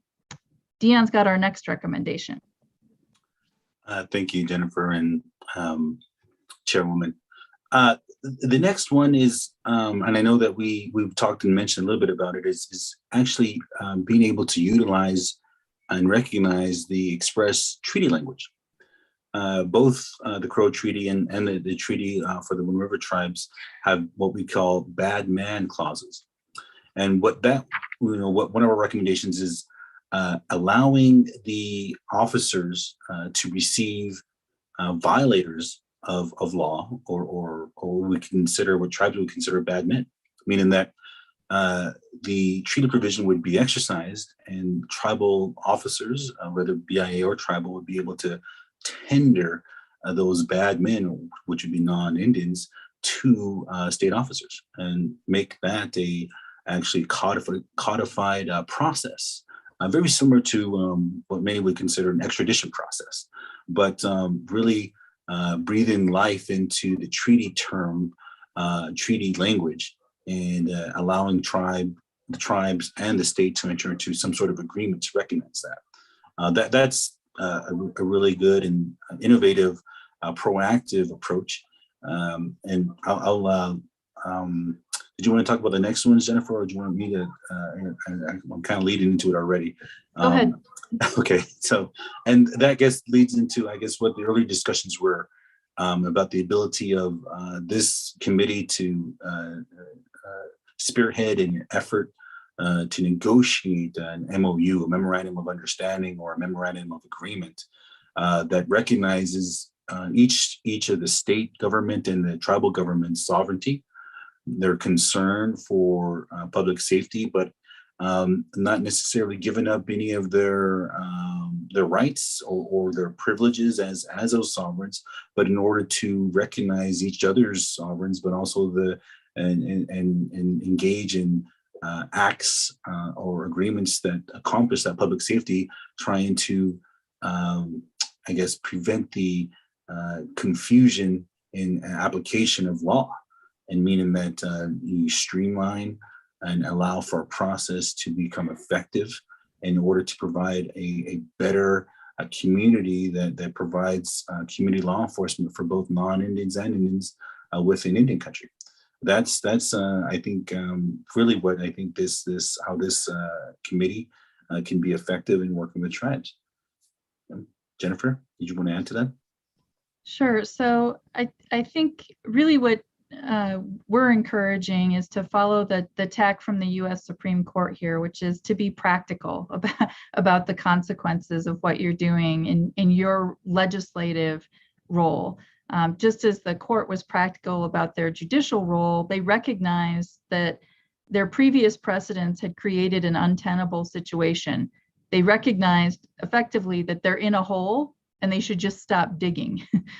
So here, I think much like Madam Chair was mentioning earlier in some of the Herrera discussion, we'd encourage you to be proactive and work on negotiating these MOUs now, to have these government to government conversations and not wait for the courts to try to tell you what works for you, but instead sit down together on that government to government basis and define what would work much better for your constituents. Courts typically have a yes or no choice. Their decisions are binary. But in the legislative realm, you all have much more freedom to be creative and to craft solutions that really work. And I'd encourage you to do that now and not wait for a court to tell you that you must do that. And if I could add, Madam, I'm Jennifer and Madam Chairwoman, and I really appreciate the effort that Chairman Dresser and Chairman St. Clair have been able to lead their tribes respectively. And when we are able to reach not just across the aisle, but really across this imaginary border of sovereign lines, and really understand that we're all one community. That community, has allowed the tribes to be successful in their economic development, with whether it's gaming and land purchasing, but also energy resource development. And that makes sense because as the tribes begin to grow and are able to be much more self-sufficient and less relying on the federal government, those partnerships for vendors, for service providers, for goods to be delivered, it makes things a lot easier. And there's a less concern, more, about, what's mine and what's yours, whether or not it's those services. During this pandemic, I think a lot of leaders, including yourselves, have been able to sit back and understand what really matters. And I think this is that time. And as Jennifer pointed out, we really are congratulatory to this committee for understanding that courts are a slow moving pace, and they don't provide happy answers. And if we sit back and wait for them to do it, it's going to be 10 years.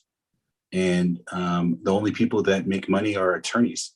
And I hate to bash attorneys because that's what we are, but you have practical people, you have families, teachers, farmers, ranchers, and communities that need food on the table and need to be able to be safe. And we have the same issues in Indian country. So that's why I don't leave you. I guess I'll close with that comment. And I'd like to just dovetail on that with a little story from the Cooley case, which is on the eve of oral argument. Mr. Cooley's ex-wife reached out to me. I had been in the Billings media and in the news talking about the case, and she reached out to let me know that she wanted me to pass on the fact that she was thankful to Officer Saylor. She lives in Sheridan. She said it was her son who was in the car with Mr. Cooley that night. And she had never been happier to get a call from a law enforcement officer than she was from Officer Saylor to know that her 2.5-year-old son was safe and he was at Crow Agency and she could pick him up. And that's really what it's all about for the tribal governments and the state governments, is ensuring that kids like that are safe and that parents never have to get a much worse call in the middle of the night. So thank you for all you're doing to do the best you can for all of your constituents. Happy to take your questions.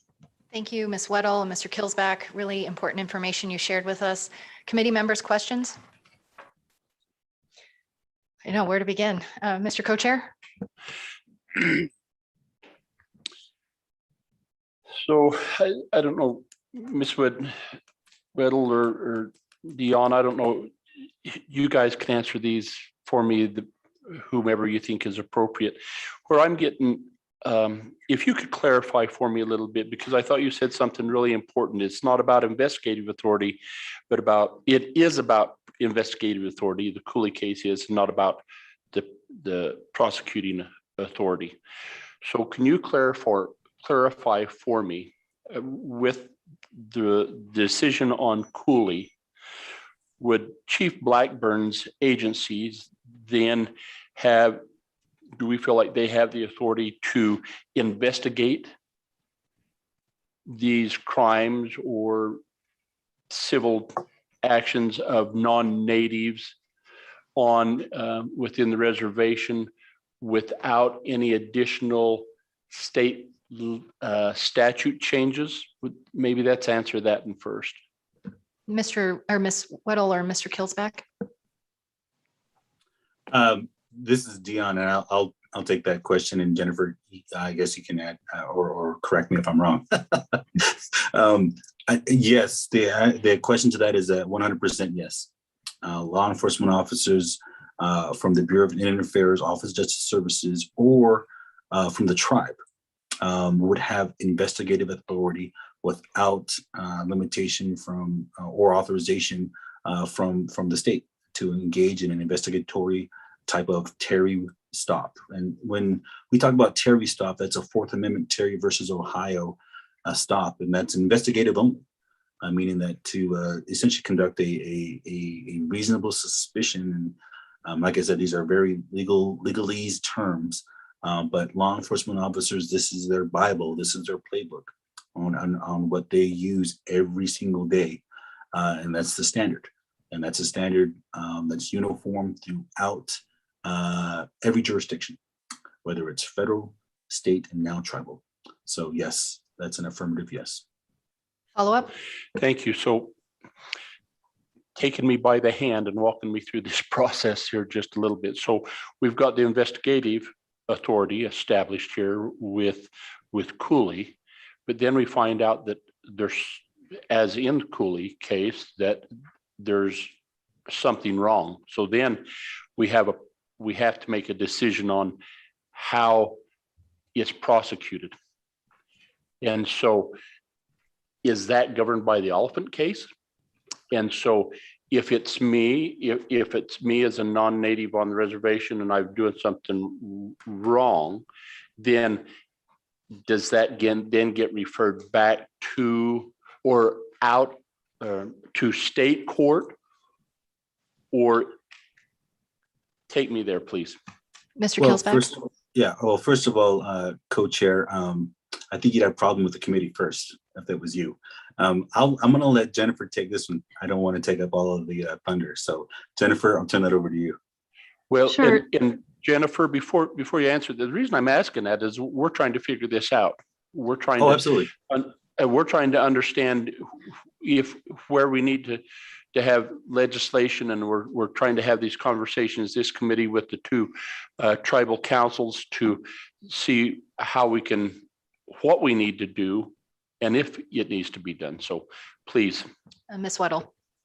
Sure. So the first question is whether the the crime that is underway is a major crime or not. If it's a major crime, then all crimes are investigatable by both federal and tribal law enforcement officers under Cooley. So the investigation is there. And then in terms of who prosecutes that crime, is it a major crime? If yes, then that exclusive prosecutorial authority rests with the United States, as it did in Cooley. Drug dealing is a major crime. If it is a minor crime, not a major crime, then that's it. Under Oliphant, the tribe has no prosecutorial authority over you. It's possible but unlikely that someone might seek to refer that to a state court for prosecution, but largely non-major crimes go largely unpunished in Indian country when committed by non-natives. There is some minor exceptions to that from the Violence Against Women Act and the restoration of certain tribal criminal jurisdiction over domestic violence offenders for tribes that are implementing VAWA jurisdiction, but that's a very narrow category. So most often, non-Indian offenders in Indian country simply get away with it. And there's been a great deal of testimony before the United States Congress about that jurisdictional gap and the resultant very harmful impacts to public safety in Indian country.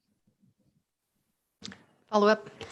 So then when you use the term serious and non-serious, could we kind of take that to fall under the criminal and civil? Civil, no. So help me clarify that, because I thought I heard in your presentation that the tribes would have no civil jurisdiction. And then on the criminal side, so I'm trying to figure out what the serious and non-serious criminal is. May I tag on? Yep, Senator Case. And Mr. Co-Chairman Larson and everybody, this has been really incredible. I think the serious crimes and the not serious crimes go back to the Badman case and the crimes, the federal crimes listed there, if I remember right. I think that's the way this works. The other ones are, it's not civil, but they're not the ones that are exclusively in federal jurisdiction from that case. I'm close to that. Ms. Weddle. Sort of. So the Major Crimes Act is what defines what is a major crime exclusively prosecutable by the United States. The Badman provisions in the treaty reserve what the tribes reserve the ability to investigate non-Indians and to tender them to federal officials for ejectment and prosecution. It's important to parse out on the law and order code perspective, what conduct would be a criminal violation of the tribe's code and what conduct would be a civil violation of the tribe's code. Tribes do not have criminal jurisdiction over non-Indians to prosecute them pursuant to Oliphant, but tribes can and do exercise civil regulatory and civil adjudicatory jurisdiction, A, where there's a consensual relationship with the non-native individual, or B, where that individual's conduct threatens or has some impact on the health, welfare, economic security, political integrity of the tribe. Follow-up questions? Yeah, and I'll circulate for members of the public. It's the major crimes are listed. It's a term of art. It's 18 USC 1153. Any other questions for Mr. Kilsback or Ms. Weddle? Follow up from my co-chair. So for example, in previous discussions that this committee's had, as we've talked about MOUs, the civil, so if a civil crime was, if that term's not right, so if it's a civil problem, but it happens on a state highway, then does that fall under the prosecuting jurisdiction of the tribe? Or does that fall under the jurisdiction of the state? Ms. Weddle. So under straight versus A1 contractors, it would depend on the status of the right-of-way itself. whether there was an express reservation of a tribal right to exclude in the right-of-way agreement. Most of these agreements are decades, if not a century old, and no such rights were reserved. But now you do see those rights being reserved in right-of-way renewals and agreements. That's another reason, though, that it's good to resolve any lack of clarity through MOUs, because when you encounter a law enforcement officers encounters a vehicle, how wide is the right-of-way? If the perpetrator is off on the shoulder, are they on fee land, trust land? There's 25 jurisdictional questions an officer would have to ask to try to figure that out. And happily, what Cooley preserved is the investigative authority to do the right thing in accord with their training and experience in the moment. And then on the prosecutorial or enforcement side, that's something that gets sorted out later, usually with the involvement of a lot of attorneys. Follow-up questions for Ms. Weddle? I think that's the fascinating part of Cooley is it talks about the Montana exceptions and applies them to something that wholly occurs in a criminal case.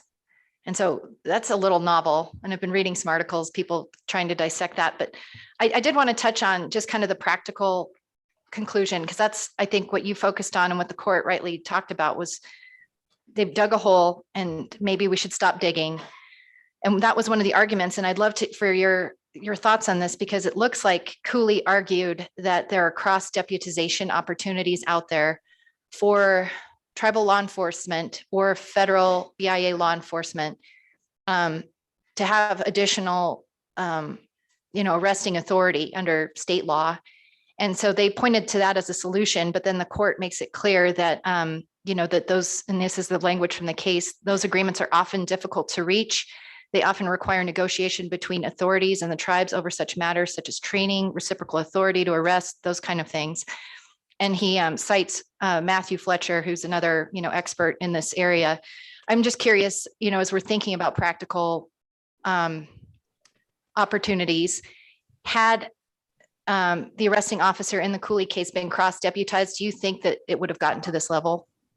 So there would have been no reason, Madam Chair, for him to be cross-deputized because he was at all times a BIA OJS officer. He was a federal officer whose authority was not in doubt to make arrests. He was simply detailed to the Crow tribe under this highway safety grant. So there was no reason to have a cross-deputization agreement for one person who was on a one-year grant. The way the court addressed that was to recognize, I think quite rightly, that Congress has provided the opportunity for cross-deputization as one tool in the toolkit that tribes and states and counties might convene and use. But it's not that widely used and it's not always accessible in every place. Mr. Cooley's argument was that because Congress had made that tool available, tribes must use it in order to exercise investigative authority. And the court rejected that argument in total.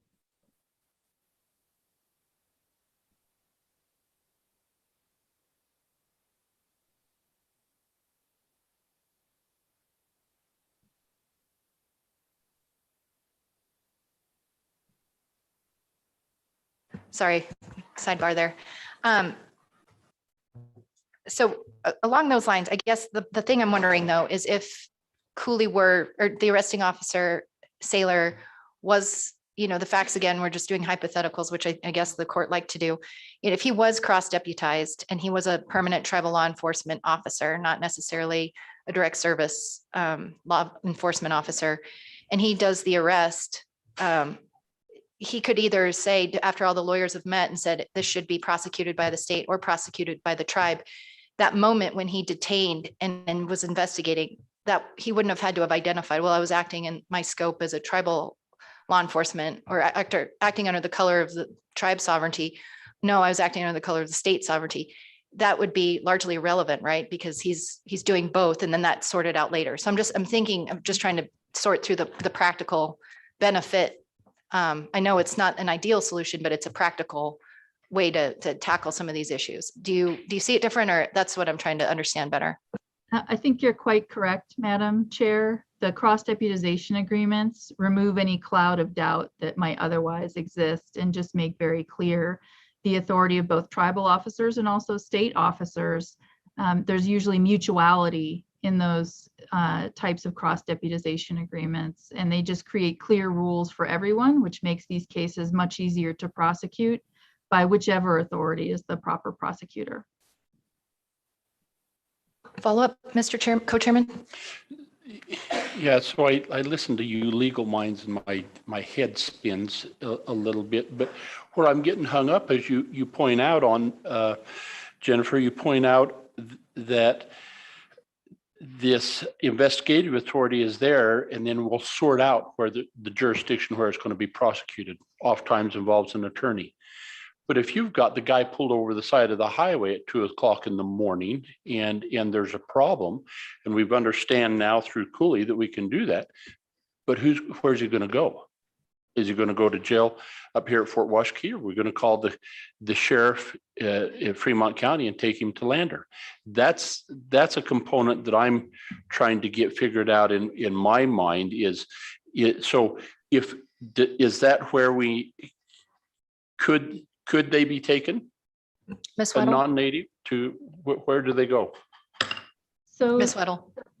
the BIA OJS officers have clear authority to arrest any non-native individual and take them for federal prosecution and detain them at Fort Washakie. That's not a problem. They're federal officers at all times, so that they're clear. What the Cooley case was addressing was the circumstance where the officer is receiving a paycheck from the tribe and acting under the color of authority of the tribe rather than acting under the color of authority of the United States. So, Ms. Weddle, kind of along those lines, and that's an argument that I think people who really study this can see, is if you're a direct service tribe, you are a federal officer. And in the Cooley instance, it's a violation of federal law. But that argument seems to get lost in the courts all the time. I have not seen cases where the courts say, well, he's an employee of the Wind River Bureau of Indian Affairs. That's he gets his paycheck from the feds. He's acting under the color of federal sovereignty. It always boils down to no, but he's also a tribal. He's enforcing tribal law. That's the component of the primary focus of his job. We're going to treat him as a tribe. And so I think that gets lost even among scholars in this area. Do you see that, or do you think courts are picking up on that? Because I don't see that at all in Cooley. Dion, do you want to chime in? Dion, Sure. thank you. No, Madam Chair, that you're absolutely right. And I think the frustration that I think you may see in the community and in the practicality is what we're talking about here, boots on the ground, is the ability of the sovereign to protect its people and its community. And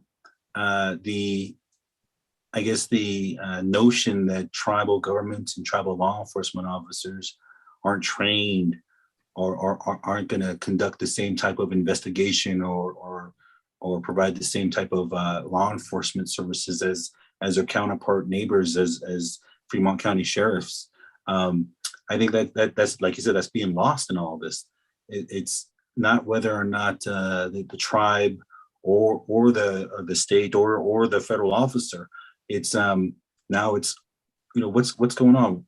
You're being stopped because you have contraband and you are committing a crime. It's the discussion is often lost on like, well, as a tribe, you don't have that authority over me. I'm sorry. See you later. And then drive off. I think the Supreme Court has made it very clear that that's just not going to work. That's impractical, and that does not make any logical sense if you're going to be an effective law enforcement agency for your community. So I think that's what it boils down to. Any other comments for our panelists? I have one, and I don't know if you know this. I know you both of you are very involved and follow what's happening out there, but the whole premise of this lack of tribes having the authority over non-Indians really stems from a fear that somehow tribes have, tribal codes that aren't publicly available. So if you're non-Indian, you don't know if you're going to be violating a certain law. Maybe the tribe, they don't have their codes published. And so maybe they make it an offense to cross the street at a crosswalk and the punishment's a year in jail or something outlandish where, that's the fear, is that they're not going to have access to justice that's fair. But it seems like all of these laws that we're talking about are all similar to state laws that are on the books and federal laws. To your point, having methamphetamine is pretty much universally illegal everywhere, at least in this country. And so they aren't these, really unique tribal laws where a non-Indian offender is like, I had no idea I was offending a law or breaking a law on the reservation. I mean, they all seem straightforward. I'm just kind of curious. And when I've read the tribal law and order code here, again, all of these things, you shouldn't be illegally dumping, you shouldn't be doing XYZ. Is anyone studying any of those areas where tribal law and order codes differ so significantly from state or federal kind of norms of expected behavior that we could maybe put to rest some of this fear that these laws are so different and so foreign that as to threaten the life and liberty of non-Indians who happen to be on a reservation and break those laws? Madam Chairwoman, that's an excellent question. And, there's a tribal law clearinghouse that, and actually Native American Rights Fund provides a clearinghouse as well of all available tribal law and order codes. And as you know, there are over 474 federally recognized Indian tribes, and each have their own sovereign. And because I practice in the Wind River Tribal Court, I'm familiar with the Shoshone and Arapaho Law and Order Code, and I know that's undertaking some revisions through a revision project now. But it's readily accessible, it's online, it's searchable, it's in a PDF format, like any other law and order code for for any state or local municipality. And as you've indicated, the notion or the apprehension or anxiety that non-Indians may fear is really unwarranted. And so I don't think a study necessarily needs to be compiled to say, hey, Indian tribes aren't creating laws that are outlandish or ridiculous. There's not a tribal court that doesn't follow its own laws, or if they have a court system that doesn't publish its own law and order code or even publish its own opinions. In some tribal courts, they're even more sophisticated than even state courts. And the examples I give are like even the Navajo Nation Supreme Court in their development in their body of law. So I think that it takes that a little bit of effort for the sovereigns, the state sovereign, or even the non-Indians to do a little Google search for the Shoshone and Arapaho Law and Order Code. It comes up and it's readily searchable. And you know what? Sometimes non-Indians are like, you know what? I actually like these laws. It's much more simpler. It's direct, it's quicker, and I'm in and out. There's less bureaucracy, believe it or not. Some tribes are complimented for less bureaucracy in their tribal courts. So Jennifer, do you want to add to that? I know you have a lot of experience in tribal courts too. Sure. So Ms. Weddle. Madam Chair, I'm sorry, go ahead. Oh, Ms. Weddle. Thank you, Madam Chair. I think you're exactly right. This is the fear of tribal courts and tribal laws is really a whole lot of jousting at windmills. The reality is natives and non-natives live and work together on reservations throughout the West, and communities generally understand what expected norms of behavior are, and there really aren't any horror story examples out there where there's some surprise. Drug dealers are generally not welcomed anywhere. We're talking about basic governmental prerogatives to ensure public safety.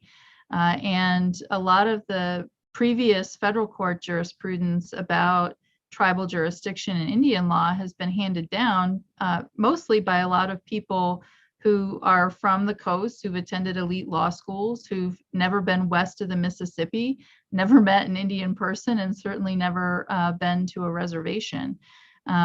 there's a lot of just fear of the unknown out there. And I'd say that's the reason we need more Westerners on the US Supreme Court, and a special shout out for Justice Gorsuch. But beyond that, there's a lot of history to overcome in federal jurisprudence itself. And there's been a lot of study around that, around the really blatant racism apparent in the US Supreme Court's earliest jurisprudence, referring to Indians as savages, finding that US property rights and seizure of Indian lands was acceptable by virtue of Indian status as non-Christian people. And those precedents are still cited routinely by federal courts every day in a way that other 2-century-old racist precedents would never be. And until we confront that in an honest way and have informed dialogue by people who are boots on the ground, who actually know what's going on, we're going to continue to butt heads with that legacy. But I think what the committee is doing, engaging with the tribal governments, having these government to government relations, is exactly the cure for that legacy problem. Solutions are going to come from local people, not from the US Supreme Court and not from Washington. Okay, questions, Mr. Co-Chairman? So, Ms. Weddle, I push back a little bit on the point that we're jousting windmills. I think the concern that you see sometimes when you get into the tribal court system is maybe you have justices without legal education, without a law degree. You sometimes find that where a guardian ad litem would normally be provided, that there are no guardian ad litems. And so I think there's also a need to bolster up, if you move in that direction, that you have to ensure that the rights that would be guaranteed for the defense, the criminal, would be equal in tribal courts as it would be in a state court. Is that fair, or am I just psychotic here? Ms. Weddle? I'll defer to Mr. Kilsback. You know, that's a great question, Madam Chair and Co-Chair. And, you know, we get that a lot. When I say we, I'm talking about tribal courts. And I know I'm not speaking for the tribal court. I have practiced in many tribal courts. And oftentimes, you are correct. There are non-law trained judges in tribal courts. And what you have instead is you have what we would consider tribal law experts that have worked in tribal court and lived on the reservation and had some hand in either the development of the Law and Order Code or its implementation. And the person that I would speak to right now is the chair for the Shoshone, Eastern Shoshone tribe, Chair St. Clair. He served as a judge for many years. He's not law trained, but I would, bet, anybody that he was as fair, if not even more fair, and a better judge than many law trained judges in some state courts. And the reason is because he's a member of the community. He knows the language, he knows the families. And like I said, he had some hand in the development of the Law and Order Code and its implementation and the practical effects. And the Law and Order Code, as I said, it's not a volume set. You can fit it in a 3-ring binder, but it has everything it needs to accomplish an effective Law and Order Code for the community of the Shoshone and Arapaho people. And so, we have obviously, like any other justice court or justice of peace, you have rogue judges. We have the same type of, proclamations or claims of kangaroo courts.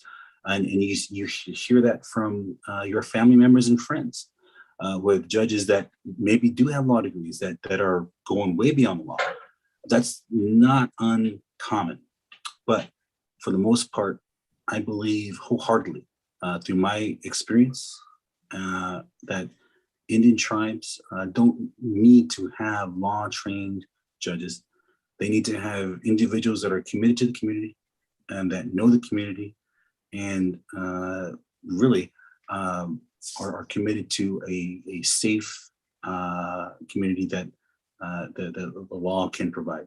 And so I'll leave it at that. I don't want to joust with you on that, but I think that's a concern that oftentimes gets blown out of proportion a little bit.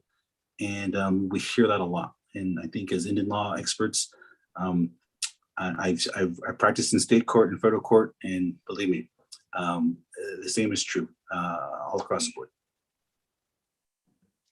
Alrighty, committee questions? Thank you so much. With that, we have gotten through our agenda. This is a portion of our hearing where we'll take public comments. We are on the topic of criminal issues and public safety. We're a little behind schedule, but getting close to catching up. I just want to get a sense, how many people in the room would like to testify? We've got 1, 2, 3 individuals. How about we start with Chairman Sinclair? And then I know we've got, is it Crystal I see? And then the gentleman behind you. We'll take them in that order. Thank you.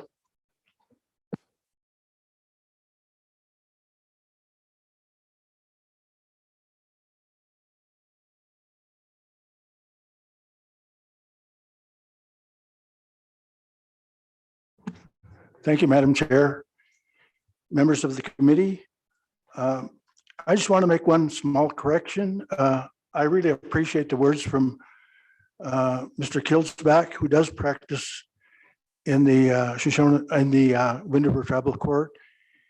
I have been licensed. I was licensed as an attorney in 1981.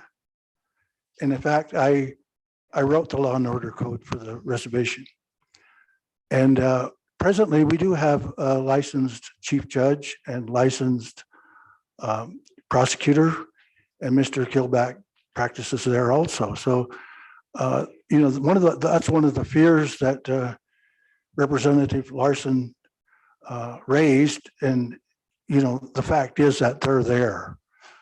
The other thing is, I never met Jennifer Weddle face to face, but I recall that when I worked as a tribal judge, the chief judge, I was sued by Encana for interpreting in a wrongful death case that the tribes had jurisdiction over an Indian who was deceased as a result of some activity on one of our oil and gas leases. And Ms. Weddle represented Encana. Luckily, she was on the wrong side of the law at that time, and the federal judge dismissed that case. Today, I think, I don't want to get off on a tangent, but I think we should get to really what we're looking at, what our concerns are. And our concerns, to me, is first of all, the illegal dumping, and how do we deal with that? And the other thing that we dealt with previously was non-Indians violating, being caught for DUI or a crime under the traffic code. And how does Cooley work into that? Both the state and the tribal laws are just provide for fines, so they could be interpreted as civil. If the tribe went forward to charge a person, a non-Indian, for dumping on the reservation, which would not occur on the highway, but would be off the highway, the act would be in the dump. The question is that prohibited under the Supreme Court interpretations of Montana? And if you look at the requirements, consensual relationship, or whether there's a threat to the integrity of the tribe, very well could fall under that exception. The other thing we're talking about is DUIs with non-Indians. I believe Cooley does cover the detention or the investigative part. The real question is since tribes currently do not have criminal jurisdiction, the extension perhaps of state law on the reservation. I was totally opposed to that last year. I could see where perhaps we need to consider extending the criminal part of the state traffic code rather than the entire, and specifically to non-Indians, so that we could still prosecute our own people for that same crime occurring in that, say, the same location, even on the state highway, on the off the state highway, on our rural roads. So that's kind of the heart of what we're looking at, I believe, and our questions are focused on. So that's all I have to say. Thank you, Chairman Sinclair. And I think, understanding a little bit about just kind of how this is all evolving and how the US Supreme Court has started tackling this will be helpful to us as we kind of tease through some of those local issues. But, certainly we can keep working on those issues and see if we can come up with something that makes sense for everybody, because this is about public safety and keeping the reservation clean. And that's a health and safety matter. Absolutely. So thank you for those comments. Alrighty, is Ms. Seabearing, is that correct? Welcome.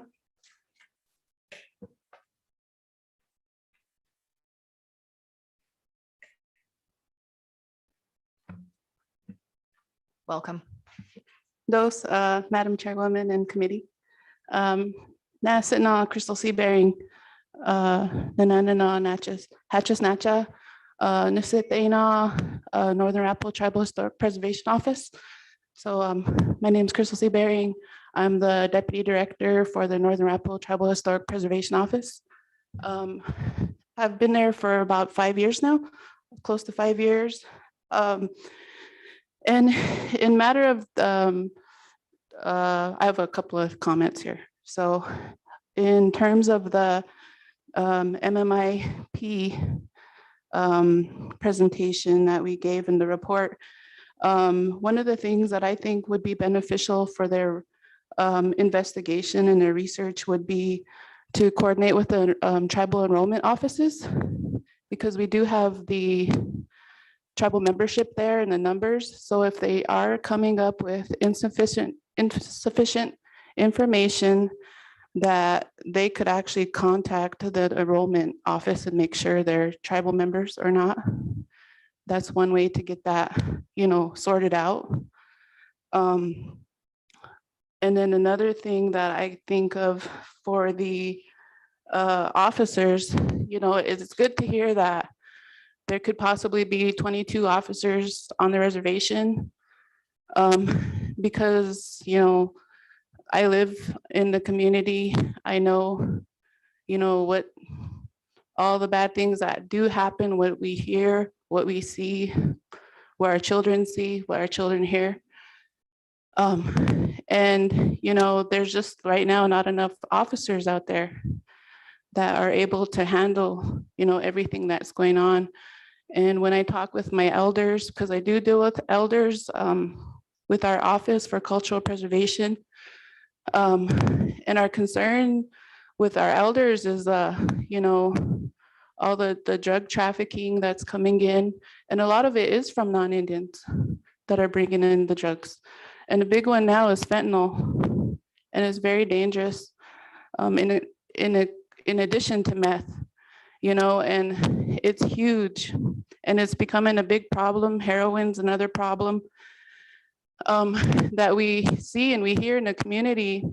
And, I work with veterans also. And so I'm not used to this political audience. I usually deal with the traditional elders and our traditional people.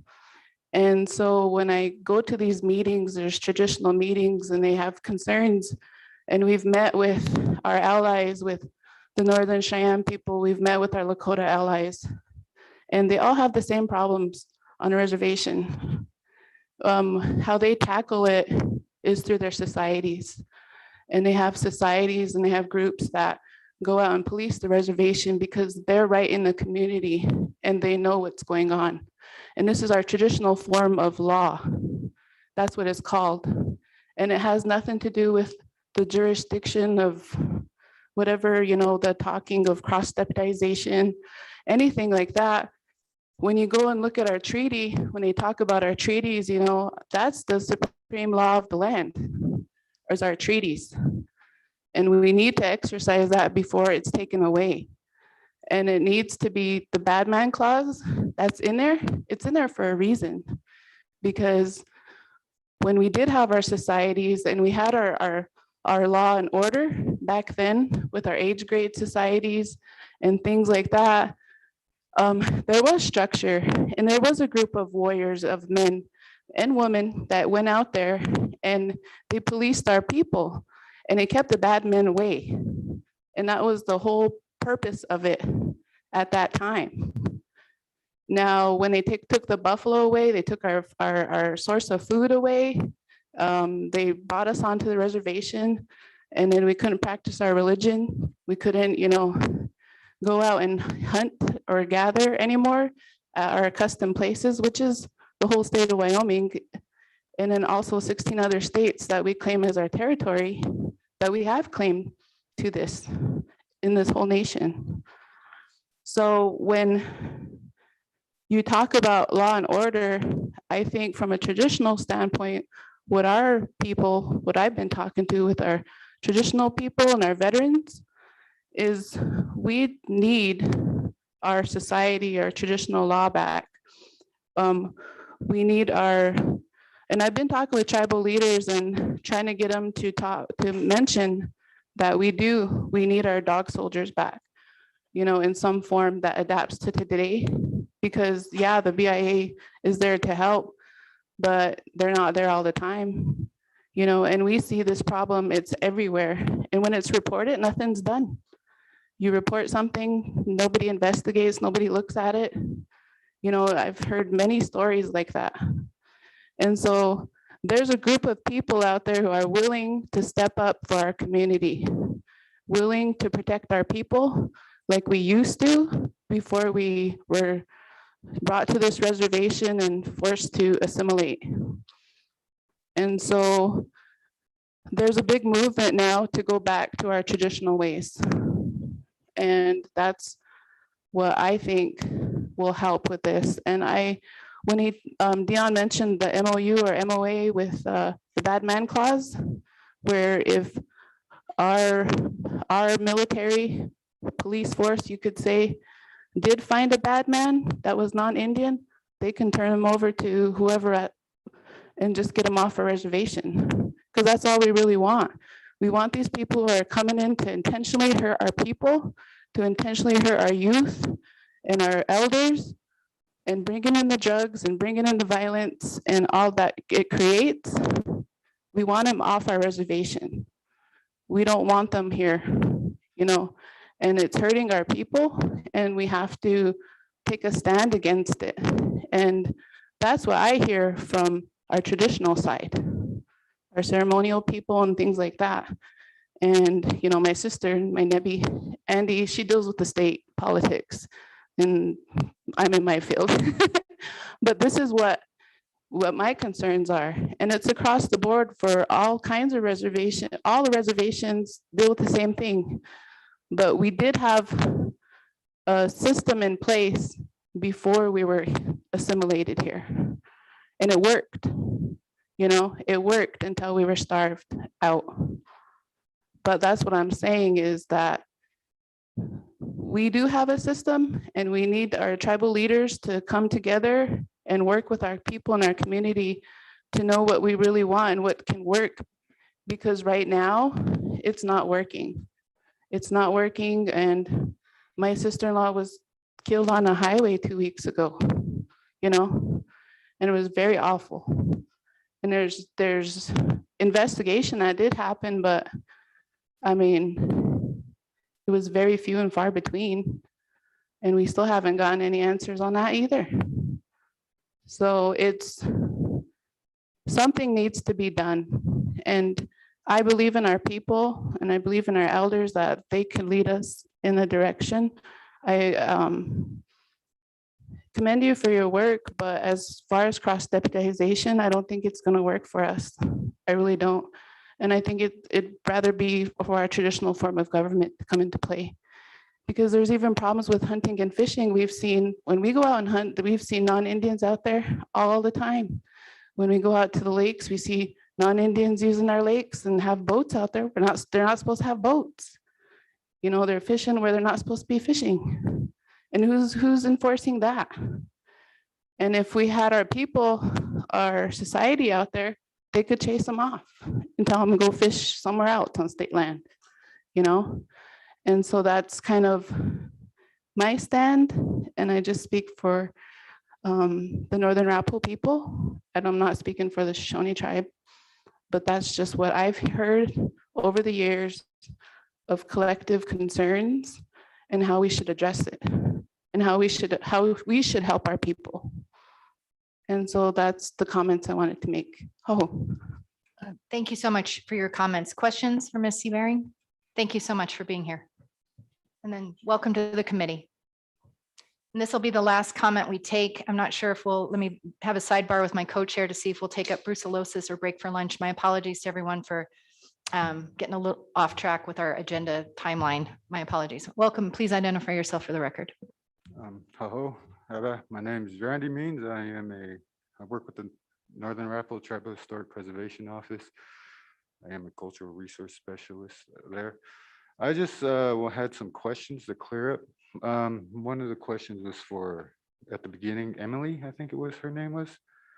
I was wondering what states are they collaborating with? Because I didn't get a clear answer from her explanation. Yeah, I think she mentioned specifically Montana and Nebraska.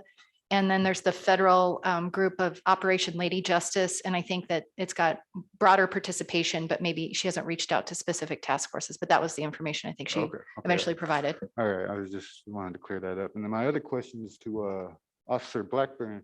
Do you have any community outreach programs for the public or anything like that going on to help like get more Native members to get an interest to the police force, or is that not something? Okay.